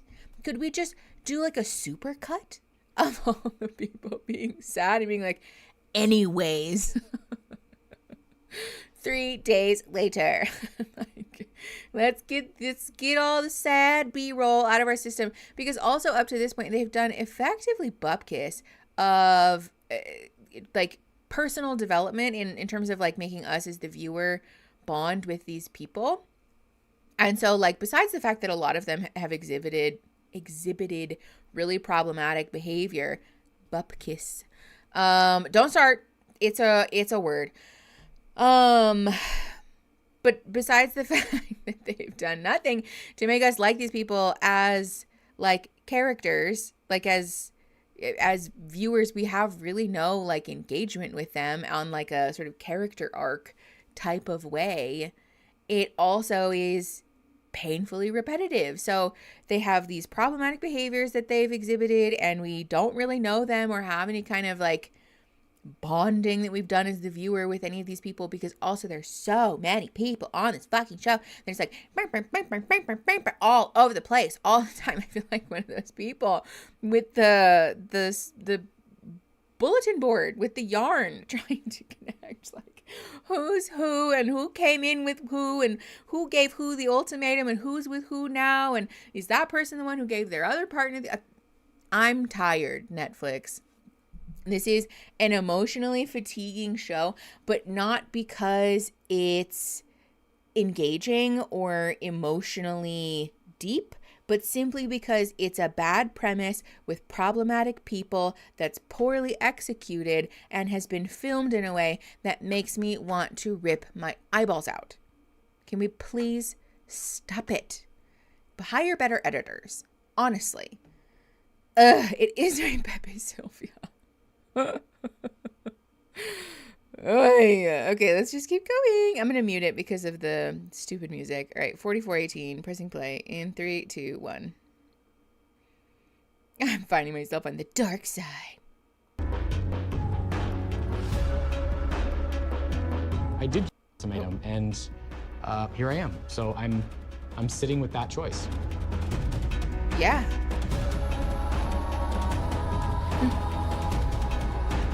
She's like, wow, I hate this. Thanks for making me feel fucking shitty. Sorry, like, what's up? Okay. I know that they're sad, and I get that they're sad, and I understand why they're sad, and I empathize with that, I do. But I don't want to watch it 16 separate times. Oh my God. I just also have very little sympathy for these people when they've knowingly chosen to be here, and then they're also really awful partners to each other, to their old partners, to their new partners. They're shitty to themselves, they're shitty to everyone around them, and it's just like, ugh. Bob Kiss reminds me of the video saying white people made up but are saying white people made up but are really fire.